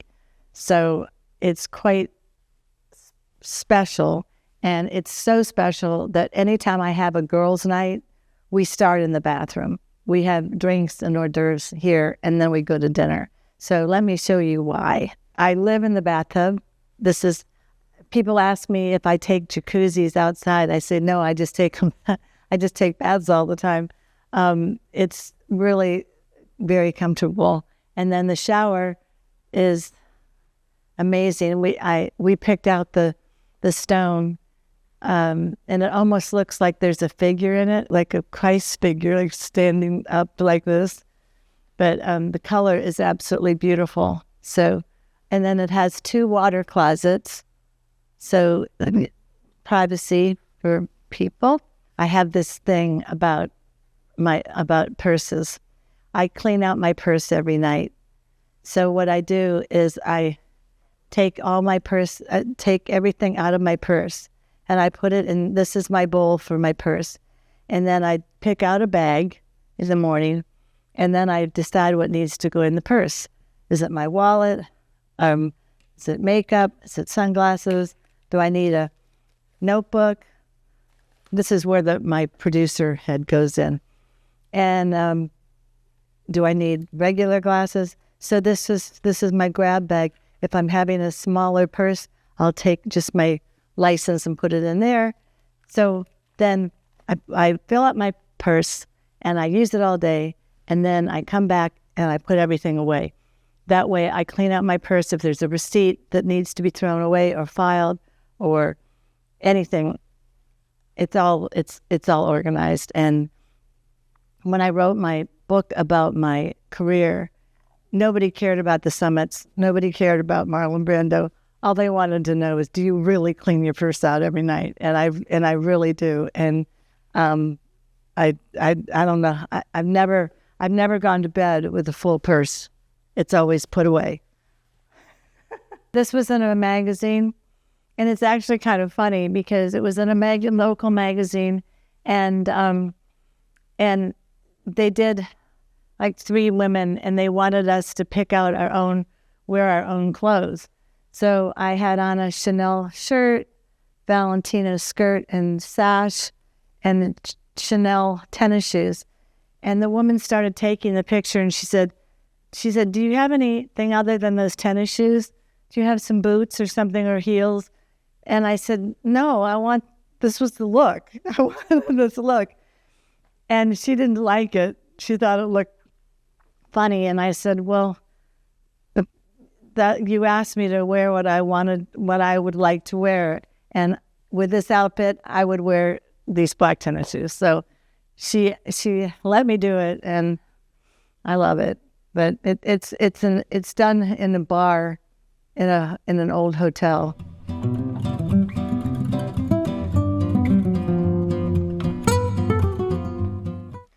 Okay, so this is my library, and I did something else for my children that I'm hoping doesn't end up in their attic someday. But I saved all my press passes for the 10 years I was at the White House. I would come home every night and take my pass off and put it in a box. And I don't know why, but I did. So I decided at one point to frame them. So here they are. And I have a few just to show you what they look like. You'd wear them around your neck. And this one's the trip of President Bush to Poland, Hungary, the Paris Economic Summit, and French Bicentennial, and the Netherlands, 1989. So, I mean, they're just crazy. You know, this is Brussels and NATO, and the president's trip to Europe, Republican National Convention in New Orleans. I remember that because the food was so good.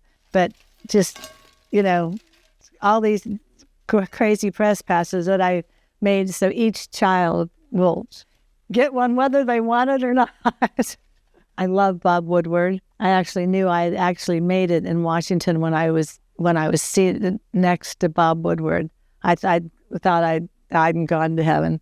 Anyway, here's a picture of Bob and Larry and his books. So that's kind of fun. These are all first editions that I have been collecting through the years for my son. So I'm keeping them safe for him. This is a book that I did of letters that I've gathered throughout my career. That back then we actually wrote notes to each other, and I have notes from George Bush, Reagan, Mrs. Reagan, Mrs. Bush, Hillary Clinton, President Clinton, Al Gore, Ross Perot. And I decided to put them all in a book because people actually love reading them. So I will read one from George Bush that is actually handwritten. Handwritten. Who does that? Dear Wendy, just back from Asia. I want to thank you for the heads up on Barbara's rerun. We saw it in Indonesia. Marlon is here today. That was his press secretary. Singing your praises. He always does. He should, though, too. Best wishes, George Bush, 11/29/94. I mean, I'm so glad I kept these. Sometimes when my press friends come, they'll say, "Oh my gosh, I didn't keep anything," and I really tried to chronicle everything that we did. This is funny. This is from Hillary Clinton. It says, "Thank you for," I don't know what I was writing her about, but I said, "Thank you for your concern and for sharing your woes of sleep deprivation. I'm glad the nutritionist is helping you. Are you using carrots to hold up your eyelids? With warm regards, I remain sincerely yours, Hillary Clinton." I mean, it's who takes their time to write a press person. I mean, it's so funny. This is a sweet one from John Kennedy when he had just started his book, his magazine, George, and I was trying to get his first interview, and I knew him because since I worked for the Kennedys, and so it was a very sweet letter from him, and there's one, as I said, I don't know why, but I have a letter in here from Manuel Noriega, and it says my name, and I don't know what it says. We should get it transcribed. And this is one from Ross Perot, who I actually adored, and he would call me all the time. "Wendy, this is Ross." And he'd always wanted something. But what he always wanted was me to do something kind for somebody, somebody that needed, that loved Larry, and they were 90 years old. Could Larry call her? Or this person is having trouble as a veteran. Couldn't you do something? I mean, he was always thinking about other people. And then I love this. I came across this when I was looking at this the other day. This is from Donald Trump. And it was done in 1992.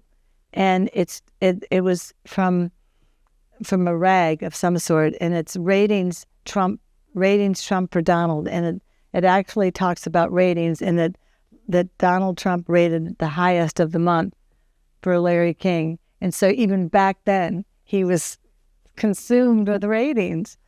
So anyway, this is King Hussein inviting me to Amman for a visit. I mean, it's just a treasure trove, and I love sharing it with people.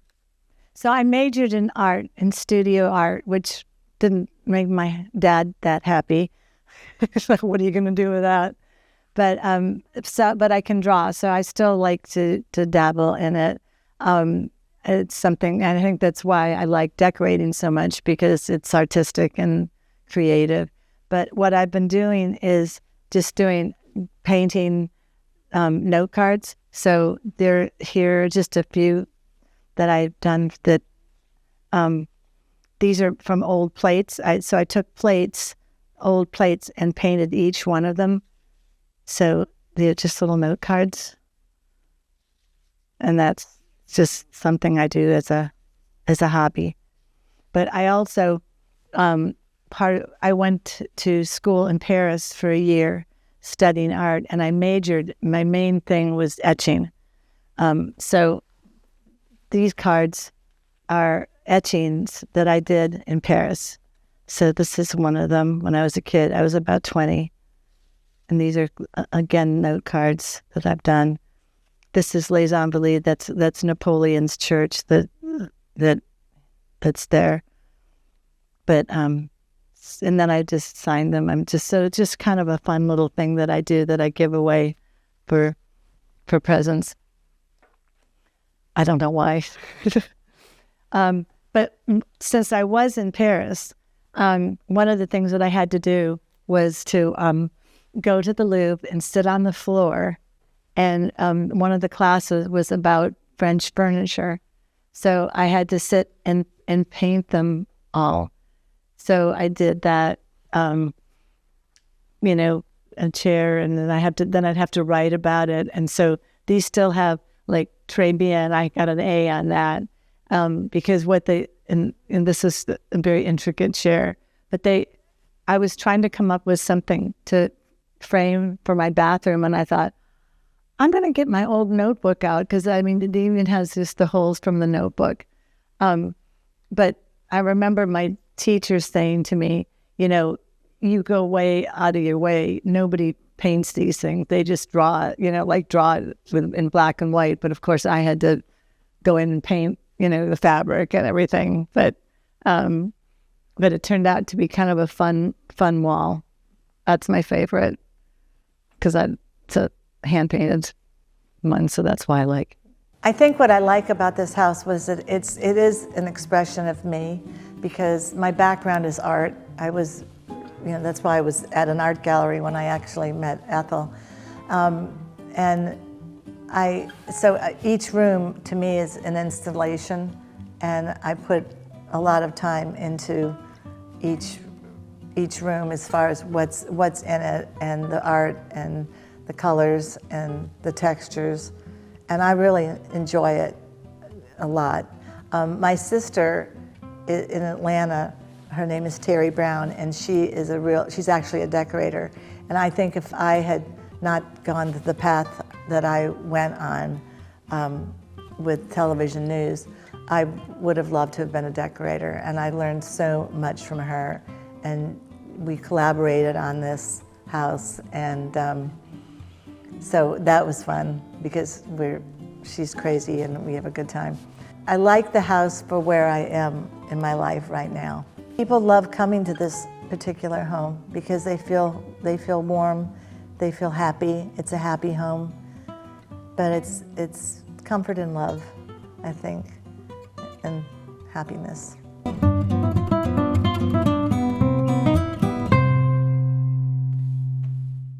Today, we're in California's idyllic wine country, visiting antique dealer and Chateau Sonoma founder Sarah Anderson at her breathtaking 19th century home and farm. One of the first 5 homes built in Sonoma, this Gothic Victorian masterpiece with French-inspired interiors is both a cherished residence for Sarah and her son, as well as a gathering place where she hosts local artisans and makers to celebrate French living with a California twist.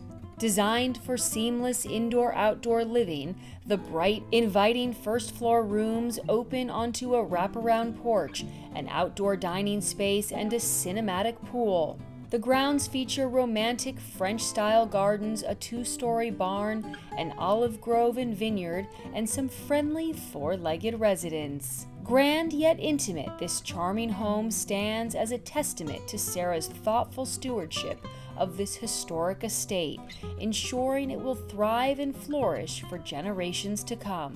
You're watching Homeworthy, where we believe every home has a story. Hi, Homeworthy. Welcome. My name is Sarah, and I would love for you to come in and welcome you to my home.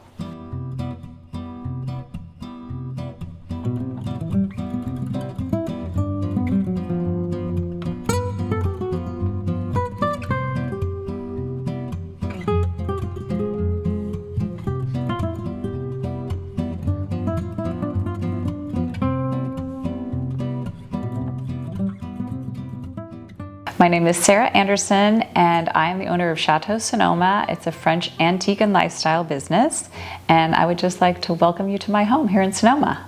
So this home is one that I've been coming to for many years, even before I owned the home, because my friend Annalise McDonald lived here. She would have these beautiful dinner parties, and I remember she'd have all the neighbors over and this big long table with candles burning, and it was just this very inviting place to be. I also really enjoyed the barn because they would have these art shows and things, and Jock McDonald kept all of his photography. That's where he did most of his photography. His darkroom was up there, and it was just a very cool artsy space. And so he would invite people from the community to come from time to time, and that was always so much fun to kind of meet new artists and to really have this fun kind of experience in somebody's home. And they were very generous and very, they liked to share their home, and they had parties all the time. So I knew about this house before, and one evening I was over at DeRosa Preserve. They were having a big party, and they said, "Oh, we sold our house, and we're moving to Brooklyn." And I thought, no way, like how sad, I'll never be able to go to this house again. So after a while, they called me and said, you know, the deal fell through and that the house was still available for sale. And I was pregnant at the time, and I came here with my former husband. We wandered around and we're like, oh my gosh, this is amazing. So we ended up making an offer, knowing that there was going to be a tremendous amount of work to do. So that's when the whole process started with restoring this house, because it was built in 1875 and it hadn't had a major remodel since then. So it was time to kind of give it a facelift. So that's when we embarked on this. How do we get it to stand for another 100 years?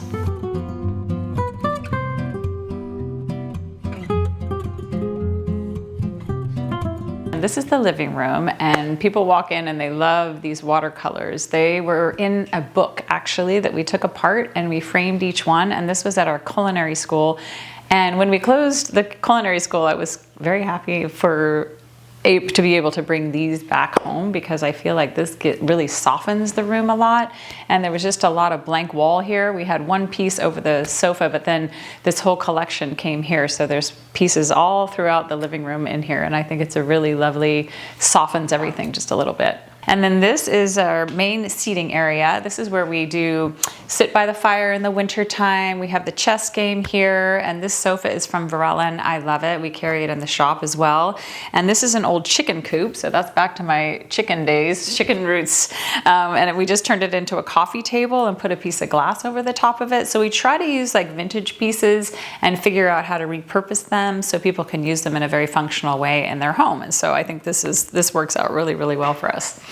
And then, as you can tell, I love the taxidermy. We have the deer above the fireplace that stays all year round, even though I was thinking it would be a seasonal thing for the winter, but it's just such a fun showstopper. And the doe eyes, it's such a pretty piece just to be around, and it's got a very gentle spirit. And a little owl and some birds around. And I just like cabinet de curiosité, and you'll see them in other rooms in the house as well.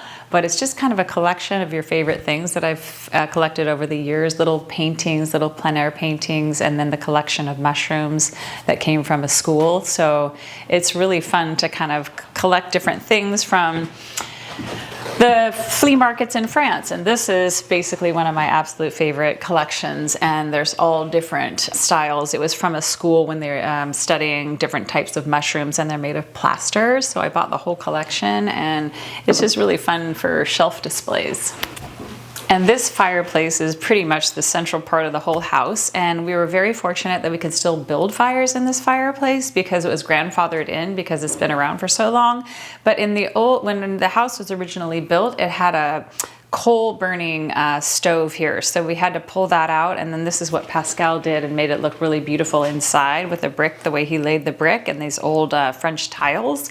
And this I found at a salvage yard in France along with the fountain that's in front of the house, and so we imported these, and then Pascal was able to put it into he did all of the work, so it looks like it's been here for about 100 years or longer. These are directoires, and these shelves came from my favorite dealer in France named Laurence Langlard, who actually built the nooks around the pieces. So this was a whole wall here before, and we just created that when we did the remodel in the house, and they just fit absolutely perfectly. And I just think these ladders are so fun. It's a folding ladder. You can find them in France all the time. Sometimes they're picking ladders. Sometimes they're ladders that they use to get to the libraries up above and to get to books. But I think it's fun just to put them around because you can use them as like a little shelf to put your glass of wine if you're sitting by the fire. And they're very functional to hold like the taxidermy, and also you can stack books on them as well. So it's just a very useful piece, and it doesn't take up much room, and you can move it around very easily. So I highly recommend them in houses. I always, whenever I can find like little 3-step stools, I always buy them because they're nice between chairs as well. So these mirrors I had in the shop, there's a pair of them, and they're my absolute favorite. I brought them into the store. They were available for sale for about a year. They didn't sell, so I just brought them home because I just thought I can't take this anymore, and they were hard to move around in the shop.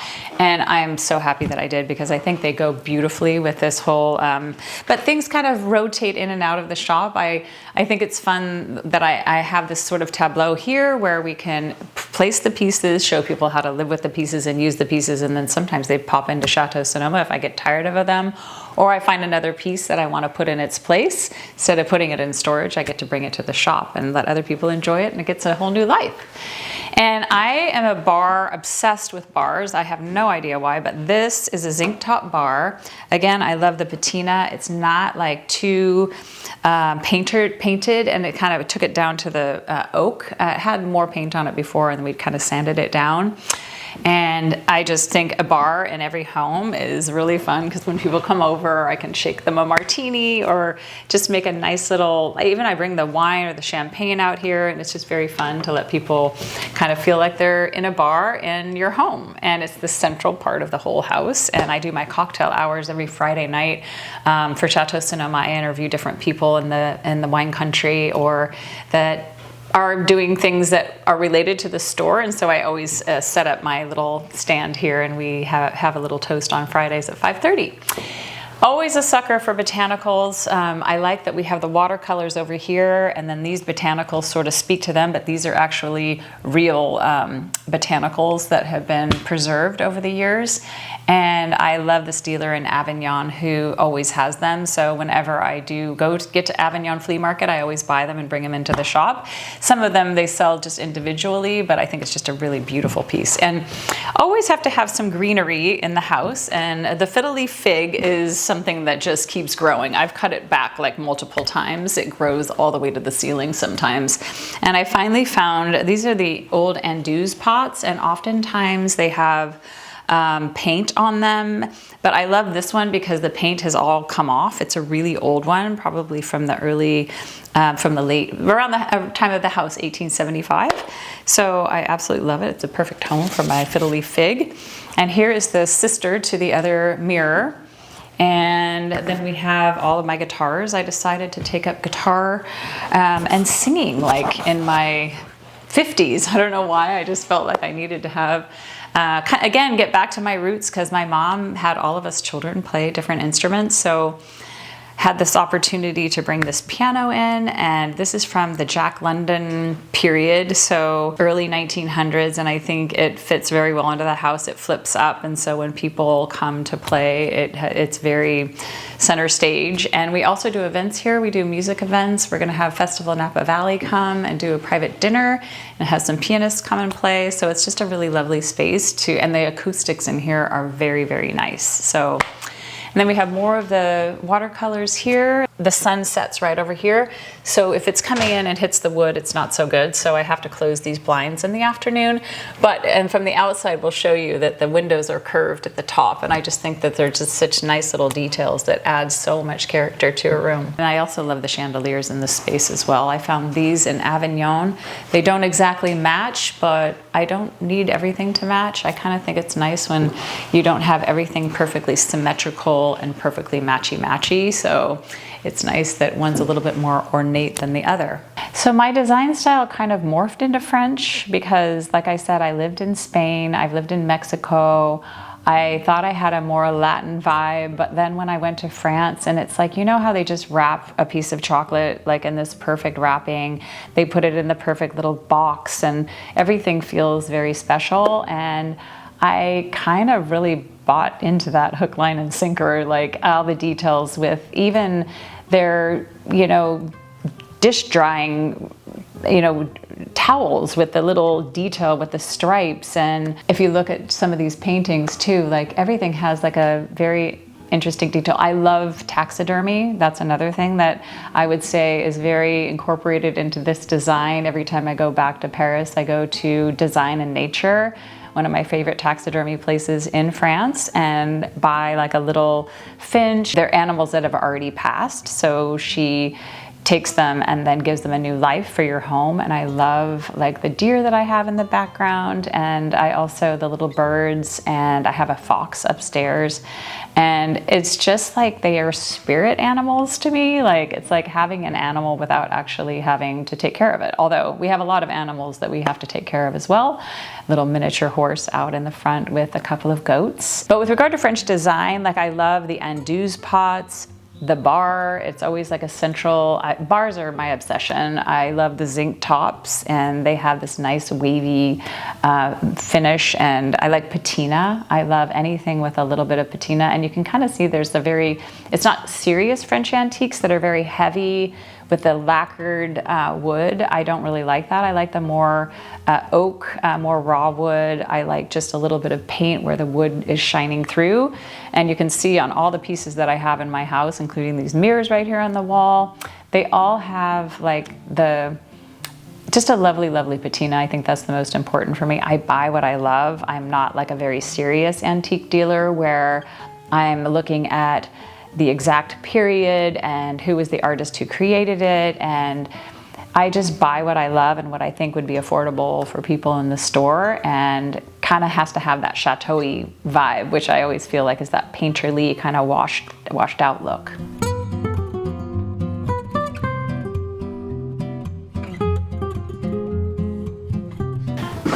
Okay, so this is the dining room. This is where we do all of our entertaining. It's a very nice long table, and I love it. It's one of my favorites. I'm trying to have it reproduced for the shop because it has these different pieces that come apart. You can fold it up, you can store it very easily. So I love that. This is a line that we created with a local artist from Sonoma. Her name is Kayla Stein. And it was like all the pieces over the last 24 years that we've been in business that I've collected, and so shared them with her, and we came up with this really fun concept of at the farm. She comes here seasonally and collects things in the garden, and she rolls the botanicals into the pottery. She fires them twice so they're dishwasher safe. They stack beautifully, and I have to say we finally found the perfect tabletop collection because it can be elevated, it can be very just everyday use, and it's, like I said, dishwasher safe, so it's very fun. It's fig season on the farm. We like to use everything that we grow here on the property, so figs are online right now, so we bring them into the shop, but there's too many for just even our customers, so we're going to be working with different restaurants in town and sharing the bounty of the farm. And I also love, as I said, like collections. Here's another shelf with all kinds of things that I absolutely love. I used to have a line of pottery here that moved to Chateau Sonoma. And then I started adding little plein air paintings that I collect when I'm in France. And we also have a gentleman who's a local artist, Dave Woodside, who always brings in these little plein air paintings with scenes of Sonoma. So I always think the little paintings on the shelf always add so much life. And the wicker, these are all vintage wicker for water and wine. That's how they would store them in France. And so I always collect those as well. And like I said, things kind of come and go. If like, oh, the Eiffel Tower heads to Chateau Sonoma, and I'll find something else to kind of take its place. And one of my absolute favorite pieces in this room is the chandelier. And what I love about it is for a billiard table, and it's made of bronze and brass, and it was done by an artist, all handmade, all the different components come out of it, and it's extraordinary. I had it, again, in the shop for a few years. It was a little pricey, so it didn't sell, and I brought it into my home, and I just think it's one of those things that might live here from now on, because I just think it's kind of perfect over this table. It gives it just enough light, and in the evening it gives that, and it's on a dimmer, so it just has a beautiful ambiance. And then one of my favorite pieces in this room as well, I think I have a lot of favorite pieces in this room, is this angel, Gabriel. And I feel like it's just kind of standing over the table, protecting, making sure that there's like a nice peacefulness to this room. Has the old glass eyes, and again, we talk about patina a lot, how it just has that perfect amount where it's not too painted and no one restored it back to its original, but just let it do the age thing and just get more and more beautiful as the years go by.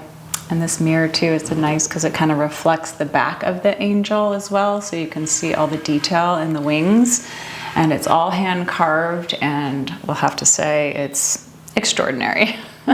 People are always very curious about this beehive and about this piece because they don't know what it is, first of all, but it is actually a French beehive, and I collect them, and you can see there's one over here, and there's two up on top of that shelf right there, and basically the bees build their hives inside, they come straight down, and it's a magical thing to watch them do the harvesting of the honey, and people can't figure out how it works. So I need to have a video in the store to show people, because it really is, the bees are magical. And as you can see, more taxidermy. That's a barn owl that was a gift to me from a friend who is a fellow antique dealer who passed away. So I feel like spirit's living on in this dining room with us all. So I also have to show you this one piece that Kayla Stein created for Chateau Sonoma, and I brought this here because I think it's so special. She did this as a surprise for us, but this is our logo for Chateau Sonoma, and she made a special piece out of the same clay and the glaze that she uses for our tabletop collection. And mushrooms again. Oh my goodness, we have, I must have a mushroom fetish, because we have these are all carved from one piece of wood. And again, trying to get these replicated because everybody would love to buy these, and I would love to sell them, but it's really hard when there's only one of a kind. So I'm trying to figure out if any woodworkers out there that want to help me on this project. It would be so much fun. It's just like all the detail under here. They paid so much attention, like they just took a mushroom and did exactly what it looked like from the finish to all the little fine details underneath. So hopefully we'll be able to get those replicated, because it seems like a lot of people are very into mushrooms these days, and I think it would be just a fun thing to have in homes all across the country.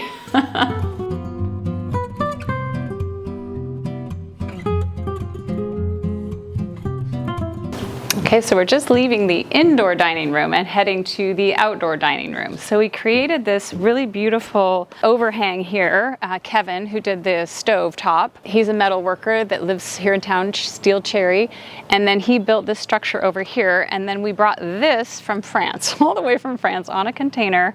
It's the landing of a chateau, it's limestone, it's very, very heavy, it weighs about 4 tons, and they had to bring a skylift over, and we had to build the bases for it to like lay on top of, but I am so happy that we did, because it just feels like so permanent, and people love sitting at this table. It's always a conversation piece, perfect height for dining, and it makes everything on top of it look so special. So we love dining here. Even we have farm day, we all kind of sit around this table as well. And this chandelier I absolutely love. I found this at the Paris flea markets north of Paris, and I ruminated about it because it was very expensive, and I thought, you know what, the next day it was still there, and I brought it all the way from France here, and it lights up at night. It's on a timer, so it just sort of gives it the nice glow back here in the backyard. The birds love it too. I'm not quite certain how they got inside, but there's been a nest there every single year that we put it here for the last 3 years, and I think they like it maybe because the light gives them a little bit of warmth or something, but it's just a very fun novelty piece, and I like bringing things that were kind of intended to the inside outside as well. So we just bring this out here for the summertime. So the house is a Gothic Victorian style, 1875, and we worked with the Historical Society.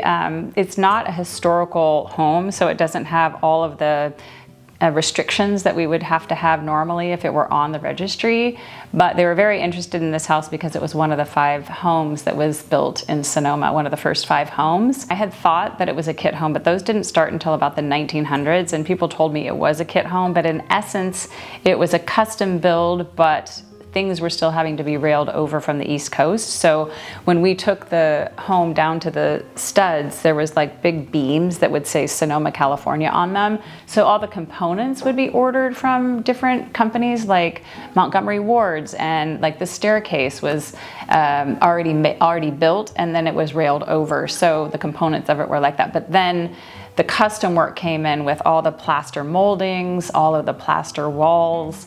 And so we had to replicate all of that, which was very complicated because a lot of people don't do that kind of work in this day and age. So it was a very fun process, but a very cumbersome one. And we had to have some go-arounds because there were some artisans that were like, we can't take these 2-foot moldings and make them anymore. So we would take the plaster moldings and have them redone in wood. The renovation took about a year. It actually happened very fast. People can't believe, like, oh my gosh, you did all that in 1 year.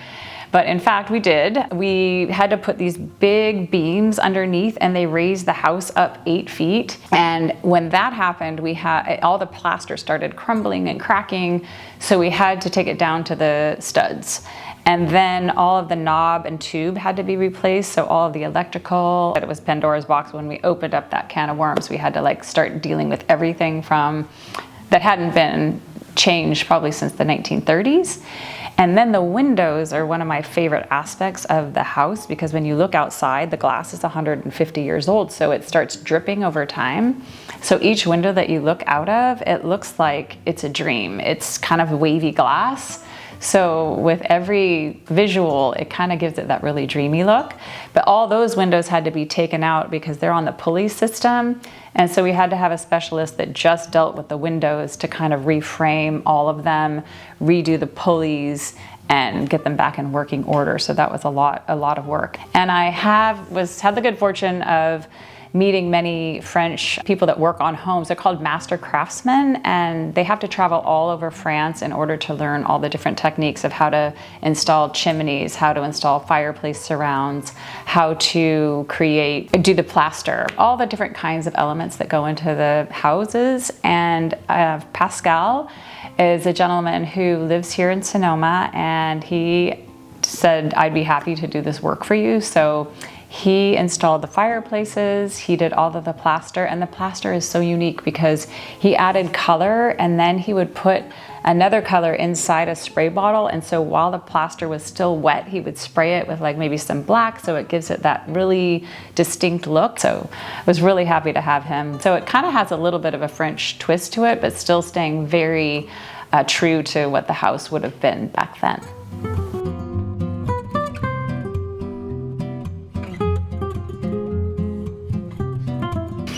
Okay, and it might get a little louder in here because we have a finch that is very verbal and loves to have conversations in the morning. So I always sit and have my morning coffee right there, and we have a nice chat.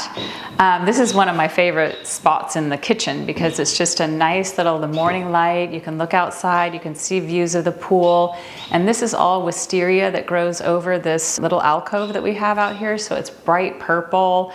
And then the roses are usually orange. It's kind of late summer right now, so we don't have as many blooms, but it still looks very nice because it's all very green. And again, the old glass makes it a nice little dreamy look. So we tried to keep the kitchen as true to how it was originally, but we did have to make some changes. So there was a staircase back here that went up to the room upstairs. So we removed the staircase and we opened this up, and it also didn't have porches. So we did wraparound porches as well, just because people in Sonoma, they like to live inside, indoors, outdoors. So it's kind of a way to experience that here. And I don't know why they didn't have the decks in the original house, but it's really nice that we were able to do that. And this gets a lot more light now that the staircase is gone. But I put in soapstone for the countertops. People thought I was crazy because they're black, but they have this nice, I don't know, timeless appeal to them. And I feel like the house has the black trim, and it was a nice way to kind of keep that going. And marble, I felt was going to be too fussy for our household. So this is soapstone, picked out my slabs, and then also all of the woodwork for the cabinetry was done by a gentleman from Mill Valley. I think he did a really great job. I was able to find this old vintage hardware from the Golden Lion, which is very period. So I think it kind of fits right into what we're doing and trying to be cognizant of, you know, the house and the integrity of what they would have done in the period of 1875. And the cabinetry as well, we did with chalk paint. And Pascal, who did all of the beautiful plaster, he did it in here as well. He created a really lovely finish, so it looks like it's vintage. It looks old, like it does with the old pieces of furniture. So I'm really, really happy about that. People always ask about the refrigerator because it is, again, very unusual. You don't usually see this, and we wanted it to go with the Wedgwood stove because the Wedgwood stove was included in about 1930. I finally found a guy to restore it, and he comes every year to make sure everything is working properly. But this is a Heartland. They don't really make them in this same style anymore, but basically it is a KitchenAid. It's like a regular refrigerator that they just put a casing over it. So it's been nice. I had to replace my refrigerator one time in the last 15 years, and I was able to take the doors off and add them to the new piece. So it's very vintage looking, I think it fits very nicely into this space. And then Kevin Cherry, who is a metal worker, he used to live here. His sister is Annalise, who was the owner of this house, Jock and Annalise McDonald. And he worked out in the shed over there with all of his metal work. So he does a lot of new builds here in Sonoma and creates custom stovetops and puts in staircases, all kinds of things where you would use metal. And I think it looks absolutely beautiful with the Wedgwood. And again, I try to bring in all my little French elements. So this is enamelware. This is where we house the salt and keep it very vintage. And this is an old tea kettle, enamel tea kettle. And the floors came from Country Floors in San Francisco, and they're actually terracotta. They've been painted, and then they have a little wax finish on the top of them. And I did not continue to use the wax because they were a little too shiny. It's also been able to pick up some of the patina that I really like. So now you can see a little bit over the years, in the last 15 years that we've been here, that the terracotta starts showing through a little bit. Some people may not like that look, but I personally think it kind of adds character and it makes it look like the house has been here forever. So I have all kinds of Ostie de Villat that I love, which is white pottery. Many people collect it. We also carry that in the shop, but it's just these beautiful pieces that you can use for serving, for dinner parties and things like that. So I love that we have the shelving space and we're able to design this so all of my favorite pieces I can showcase when people come over, and we can use them for entertaining as well. What I really love about this house too is it has 2 sinks. So when you have guests over, it's like you have an extra sink, and then we were cleverly put these little drawer dishwashers in too, which I think is a very, very fun element. And then I always stack my cookbooks. So these are the ones that I carry in the shop and what I'm kind of focused on right now with regard to picking out recipes of the week. And French at Heart is really good. These people live in Burgundy in France, and it's my new favorite go-to. And there's always like random things like scales where you can throw some bananas or whatever fresh fruit you're doing, and it's just kind of a fun little whimsical element. I like things that hang because it gives it that other dimension. And then we have champagne buckets, of course, because you always need that when you're entertaining. And these are called gendarmes, and basically they would hold water, and that's what you could see in those cases that have the wicker around them. But I just use them for vases. You can just stick some long stem flowers or roses in here, and they look really, really beautiful. And on to, this is the newest addition, is this table that we just got in on our last container. It's 2 demi-lune tables. So you put them together and they make this beautiful round table. I think they look really lovely. These are wicker chairs that we carry in the shop as well. And I just brought them in because I thought I need to sit in them before and see how they wear before I bring them into the shop. They are beautiful. People love them. They like sitting in them. So it's a perfect. And then these are lovely because they're the demi-lunes. So you could use them as side tables. You can use it as a round table. And I think it's really lovely. And this piece I got a really long time ago from Love Train Antiques in Atlanta. And basically the guy, Mark, would take the old doors from, cabinets or whatever, and he would build the pieces of furniture around these vintage doors, and the hardware on them still works beautifully. And this is where the space that I use to teach people how to do shelfies, because I think it's really fun to teach people how to play with their different things that they in their collections in their kitchens and display them really lovely. Because everything I use, there's the bread baskets here. I use these vases for water and pitchers when I'm entertaining, but it's nice to kind of make them look really fun and display them lovely in your kitchen. In 2001, I was working in the financial industry in San Francisco, and I worked for many banks. I had just gotten married and I had moved to Sonoma, and I was doing the commute back and forth, and it got really tiresome. So we had a building, my former husband and I, in Sonoma downtown, and I just thought, hey, I might just give it a whirl and try a different business. And I've always been into interior design, and I've always loved furniture. So I thought I'd give it a whirl, and I met a woman named Carrie Miller. She said she was leaving her job at this interior design business and that she would love to take me to Europe with her. And she had a friend that had an apartment in Paris, so we started there, and then my plan was to move on to Spain. But we found so many beautiful antiques. She took me to one antique fair called Chateau that's right outside of Paris. And I felt like we hit the mother lode, right? And within like 3 days, we had enough furniture to load up in a container and bring back to Sonoma. So that's sort of the beginnings of Chateau Sonoma. So Chateau Sonoma, when I was flying back from France, on the back of a napkin, just thought like chateau life, castles. There were so many like similarities between life in France and life here, especially in the countryside down in Provence.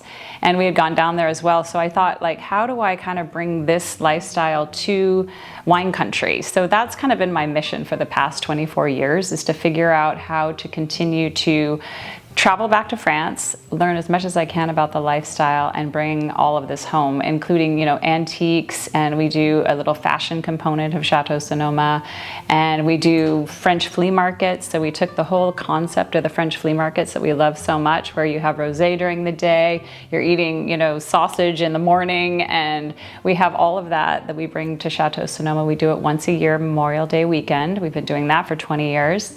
We have a champagne club, so people People are very excited about tasting new, smaller houses. And so we're always celebrating everything that the French do. Cheeses and crepes we have in the back of Chateau Sonoma. And the store is just a beautiful reflection of all of our collections over the years and continuing to bring the French lifestyle to Sonoma.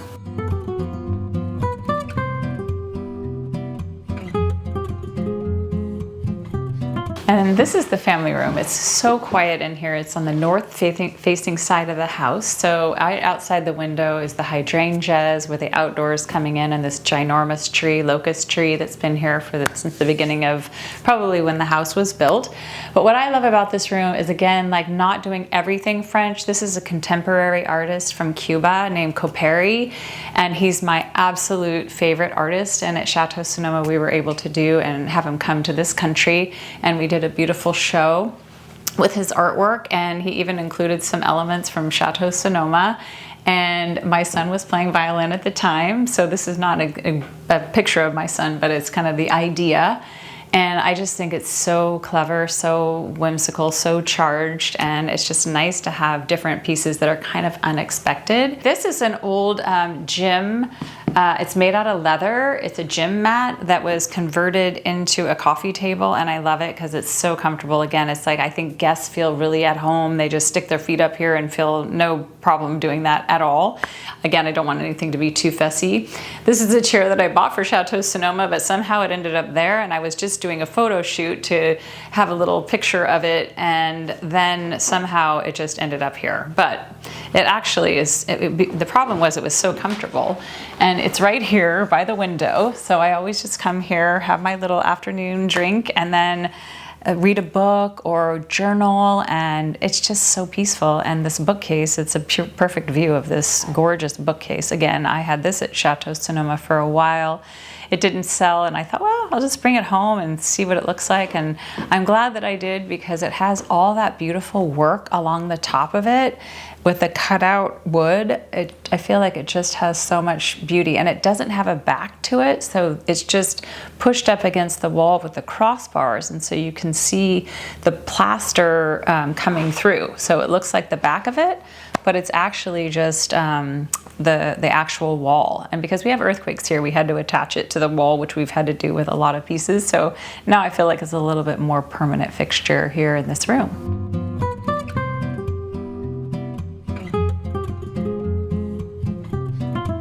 And this is the office, and I love this space because the desk basically looks out into the front of the house, and it's got this nice meandering road it's lined with trees, and I can always see people coming and going. And this old desk, it's again more of a directoire period. It's got the nice little curved legs and black. I have a lot of black in here, but it doesn't feel too heavy, I don't think. But this room is, again, directoire, my favorite designer in France, my favorite antique dealer, Laurence Lenglard, picked this piece out as well, so I love it. It has all of my favorite things. This is what you call a cabinet de curiosité in French, and it's a cabinet of curiosities. So all these interesting little things, from taxidermy birds to old prints, books. This is a globe de mariage that is very cool. So if you're getting married, it has this glass dome that goes over the top of it, but the innards are all made with bronze and mirrors. And so you would put like your tiara on there, or like all the little things that you had from your wedding. It would go under this globe de mariage, maybe a little photo or there's little strands of hair in this one. And I love them just to house nests and things like that. And the glass broke, so I just used the innards in here, but they're very fun. There's two, there's one right here too, and you can see this vintage tiara, the little seed pearls, which I love. And then this fireplace also came from France, and Pascal did the same thing. I have to get that cleaned in there so you can see the brickwork, but it's kind of over the years I've been using it for fires. And this old clock that was in a train station many years ago, and I rarely find them in wood.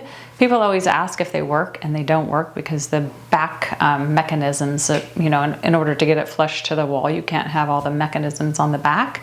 But I absolutely think this whole ensemble works very well.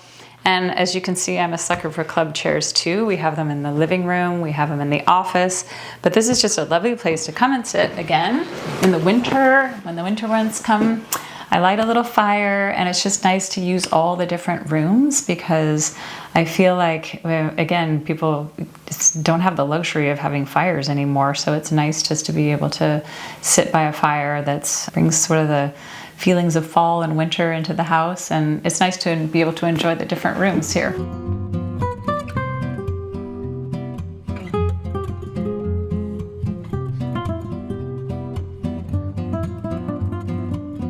And this is the master bedroom, and it has a very Louise Mann, a friend of mine who's an interior designer, created this giant headboard. And she felt like because the ceilings were so high, we really needed to have a big piece. And I had 2 queen-size beds that I had pushed together for a while. And then I decided I just wanted 1 bed. So my friend Susan Varish helped me with all of the linen covers. And then we have a friend who makes these beautiful pillows, Traco. And we carry these pillows in the shop, which are really nice because she has a sheep farm down in Chile, and she makes all of her pieces with the wool. And I like this bed because I feel like it fits with the scale of the room. This room, we took the ceilings up when we did the remodel in the house and brought it back to the original wood.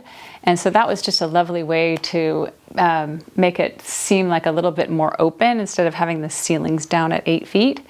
And also housed my beautiful chandelier, which is pretty much one of my favorite pieces in this room, because it's from the 19th century, and you would put candles in there, and I obviously don't have candles in it, but I think just in and of itself, it's an extraordinary sculptural piece that just stands on its own, even though I could wire it up and put lights in it, but I just kind of like it just the way that it is. I always keep paintings in here, and I like this plaster. It was a very accidental thing. Like, I don't think he meant for it to be so two-toned, but it ended up that way. And again, I just asked him to keep it because I really like it. It looks like the old furniture, and it gives it just that really lovely patina.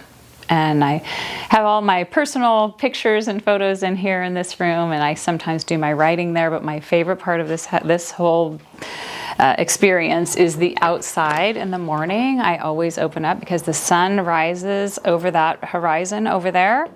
I have a nice little place to have my coffee right here. And these gardens, every day it's different. There's many gardens in France that I get very inspired by. So when we did the landscaping here, this was one feature that I loved. You create kind of a framework for your garden with the boxwoods, and I think it really looks better from a bird's eye view than when you're in it. So this is my favorite viewing point.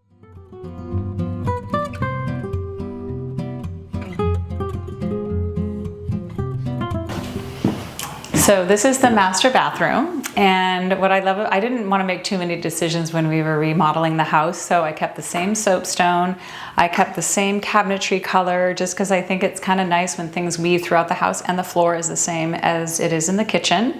And this is one of my favorite pieces in the house. This is an old vintage sign on metal, painted, and it survived all these years. I love the gilding on it. And it's a tailleur de pour dames et messieurs, which is a tailor for women and for men. I love the shape of it. It's got like just this very old world feel, and it kind of ties in all the black again. And we also have this beautiful statue here that I joke with my girlfriends that this is my boyfriend. He doesn't really talk too much, doesn't talk back. He's made of plaster, and you know, we get along.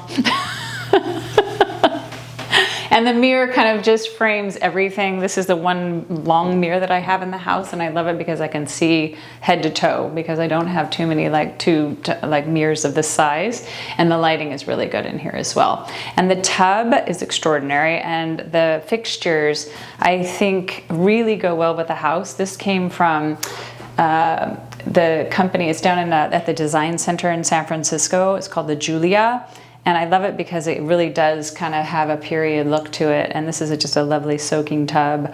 And it's one of my favorite features of the house. And I do take a bath pretty much I don't know, once a week at least.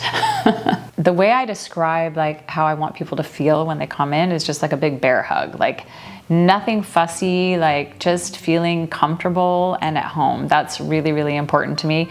And scale for me is important as well. I think sometimes in these ginormous houses where you have a coffee table that's, you know, 5 feet long, and then it sits away from the sofa, and you're going to get a piece of cheese and you have to like get up off of the sofa to get to it. Like, I just like smaller. That's what I like about French style, because it's like, I feel like smaller, more intimate spaces where you have a chair and a little small table where you can have your coffee or put your appetizers for people to be able to you know, not have to reach, or it's not like this big ginormous space. I like things that make it feel like more comfortable and intimate settings.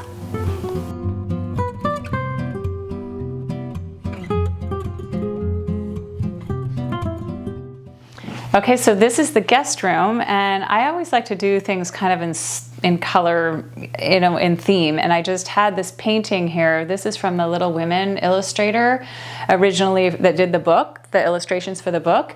And we bought it at an auction years and years ago, and I decided that it would be a good idea just to make this whole room kind of talk to this one painting, because it's the one kind of piece of actually, you know, period art that I do have. So I thought this would be really fun to kind of bring in some pink. So then these are the Lysianthus that come from the garden, and this room just feels so good. And the fountain is right outside, so at night, if you are sleeping here, people say they sleep like a baby because it's just so soothing with the fountain going at night.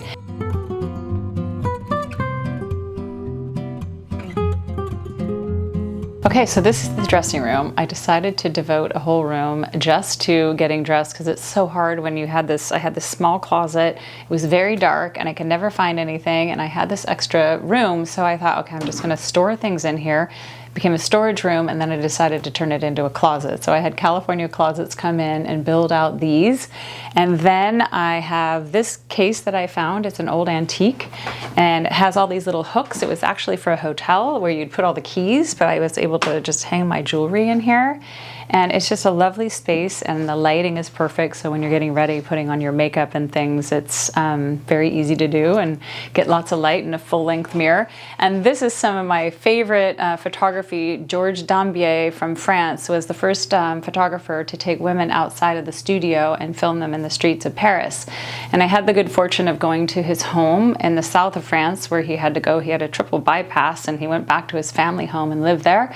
And it was so much inspiration for my gardens here, going to his house, and also his photography. So I bought these 3 pieces, and then my friend Norma Quintana said, "You need another one," and so she dressed me all up and took me to the entryway of my house and just said, "Smile pretty," and she took this black and white that she thought was reminiscent of these painting or these photographs that he did, and I quite like it. I had never had like a professional photo shoot for myself, so it was a very interesting process, but I think it really turned out nice. And it's just a nice way to be able to see everything before you get dressed in the morning.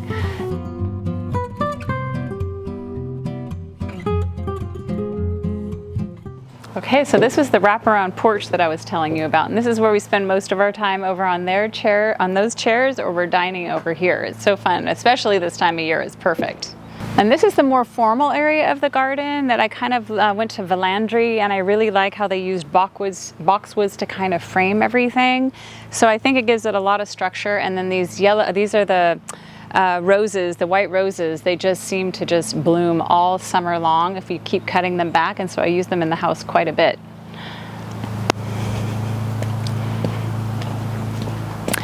And these are the amazing lemons that keep coming back year after year. We have about 5 trees, and we harvest them every year, and we take them to a gal over called Baker and Cook, and Jen makes the most unbelievable marmalade. It's not too sweet. It has just the right amount of, she doesn't add sugar or anything, and people love it for their cheese platters and things. So we try to, again, use everything on the property. And this huge, probably from the 1930s or from the even earlier, it's a pomegranate tree. And so pretty soon we'll have tons of pomegranates, and we bring them into the shop and we use them for decor on the tables. We eat them, we juice them, we use them for all sorts of things. Okay, so this is the garden that I started when we had a culinary school, and we used to grow all kinds of fruits and vegetables out here, and we would deliver them every week to the culinary school. And since we haven't had it for about 10 years, but I thought I'd like to continue to grow things here in the garden. So this is a potager. And it's late fall right now, so we've already harvested all the field of lavender back there, and then also we have sunflowers that we've all harvested. We still have the lisianthus that's growing and some dahlias over here. But this was all inspired by Chenonceau, a little farm there, and I loved it because they had these granite DG pathways and this very simple fountain that just kind of gurgles. So when people come wandering out here and we're foraging for things for from the garden for the house, when we're doing recipes and things like that, it's just a lot of fun. But again, it's late in the season, so it's not looking as it normally does. And so these are the raised beds over here. It's really fun. Just cinder block that we covered in concrete, and those are great because then you don't have to worry about gophers or anything like that. And another feature that I love is this espalier.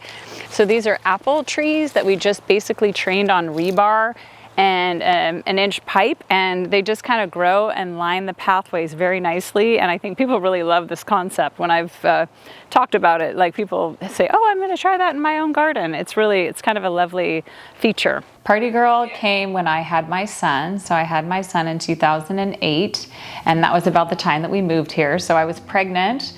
We were opening up a cooking school. We were remodeling this house and living in the barn at the time. So it's just like, I thought, oh, I should just get some goats and some miniature horses to add to the menagerie. So Party Girl came at about that time, and subsequently Bubbles was her friend, and Bubbles passed away. But we still have 2 goats. We have Ferdinand and Olivia. And Party Girl is the horse, and she is just a party girl. She's super fun. We let her out on farm day. She runs around the property. We take her on walks. She's just a love. And everybody, when we do have events here, loves to bring Party Girl out. So she's always a part of the excitement.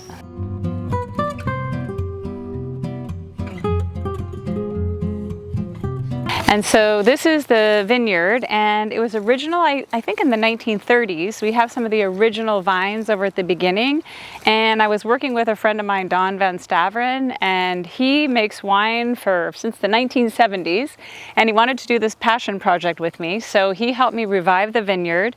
He got all Grenache plants to grow, so we've been doing this for about 5 years now, and we grow, there's probably about 100 plants, and we make about 15 cases of wine every year.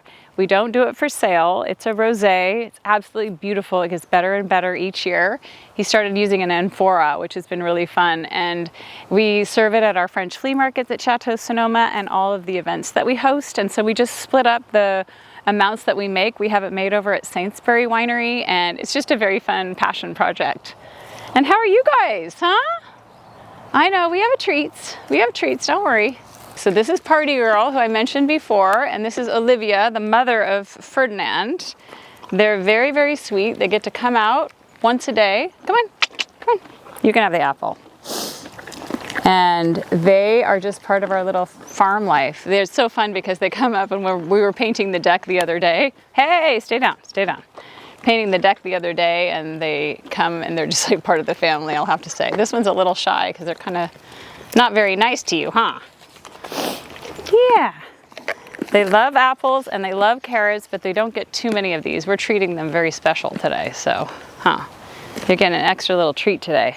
This is just a giant hand that came from, it was in the center of a village in France, and it was at an antique dealer with ginormous ceilings, and so we thought we'd bring it back here, and it's made of fiberglass, and the birds all have found like nice little homes in there that they've carved out for themselves, so it's just a very cool piece. People always comment on when they're driving by. So this is the olive orchard too. So we make our own olive oil. We work with Goldridge over in, they're over in Sebastopol. And so Scribe has been taking our olives right now. So they've been shaking down the trees, and they're going to be doing it in the very not so distant future because it's olive season as well as grape harvest season.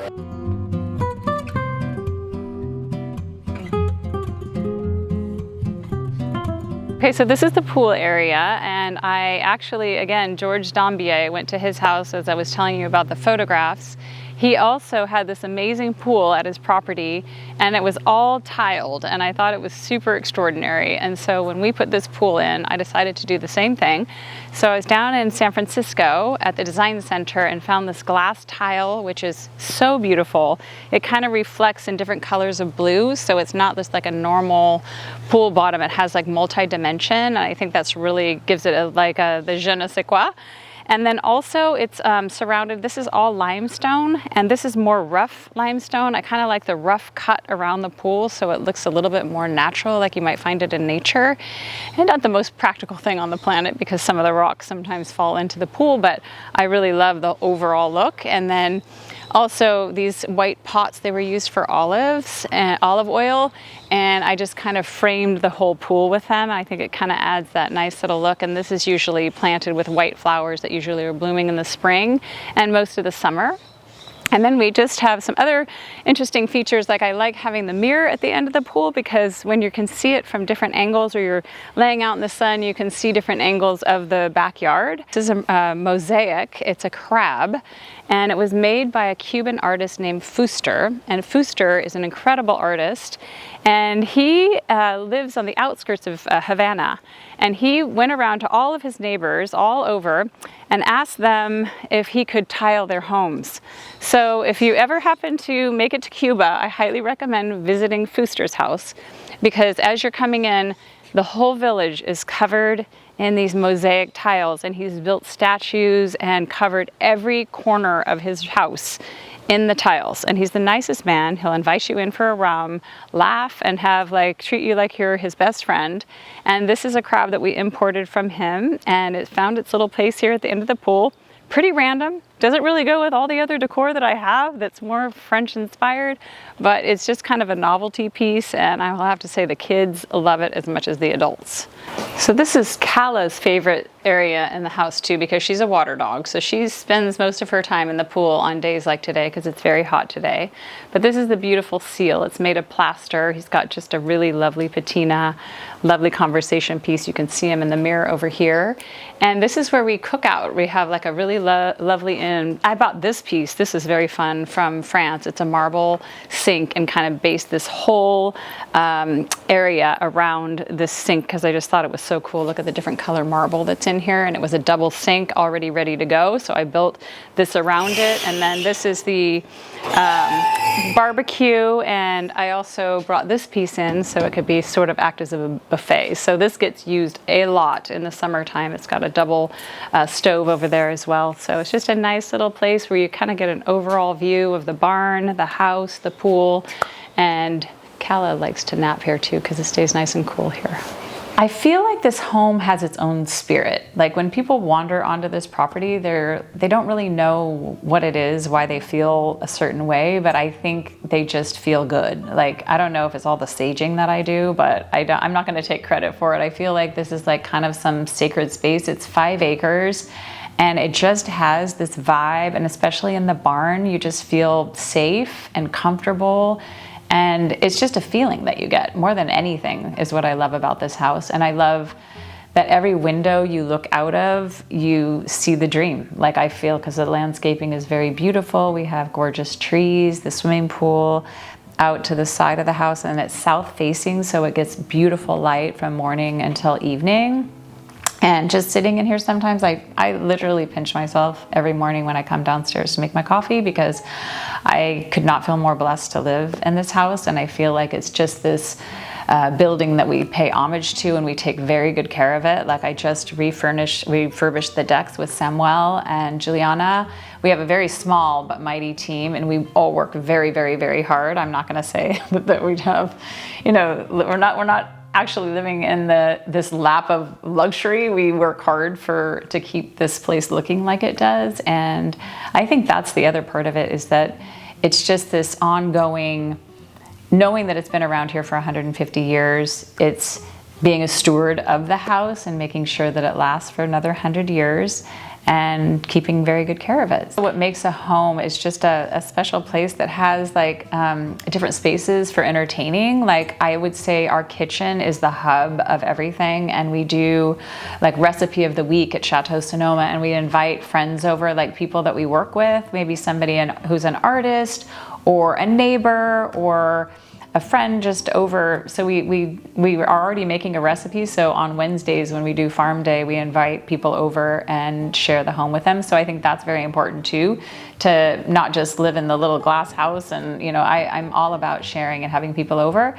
And I have, like I said, a very large family, so I invite them for Easter every year. And my family sets up tents in the yard, and they stay up above the garage and in the barn. So we kind of take over the whole place and set up the badminton. It's just a lot of fun because it happens in the spring. And it's just lovely to get everybody together and have some time where we can, and all the kids watching them go on the Easter egg hunt is super fun. So again, like I think it's just a place where people can come together and share this beautiful experience with other people. And this is the barn reveal. Love this space.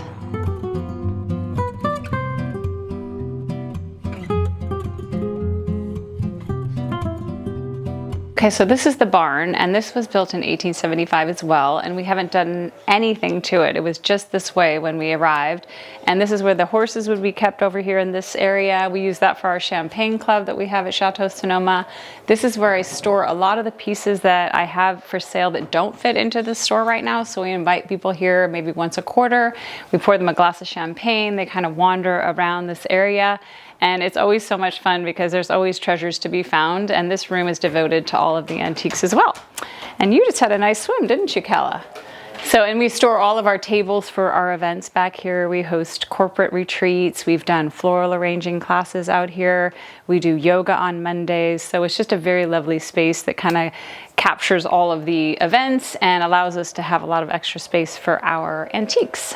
Okay, so we try to stage this just like we would the store and show people how they can use the various antiques. And it's just fun because it's like we can do different displays, and they look very different when they're in the barn versus when they're in the store, because the store has brick walls and this has more wood, so it just gives pieces like a whole different life in here.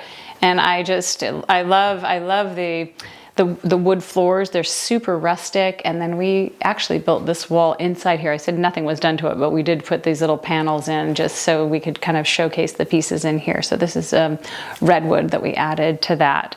And I love like these paintings of the lemons and the oranges. And it's kind of the revolving door, comes from the house to here and then to the shop. So we're gonna take it upstairs so I can show you guys a little bit about the event space up there.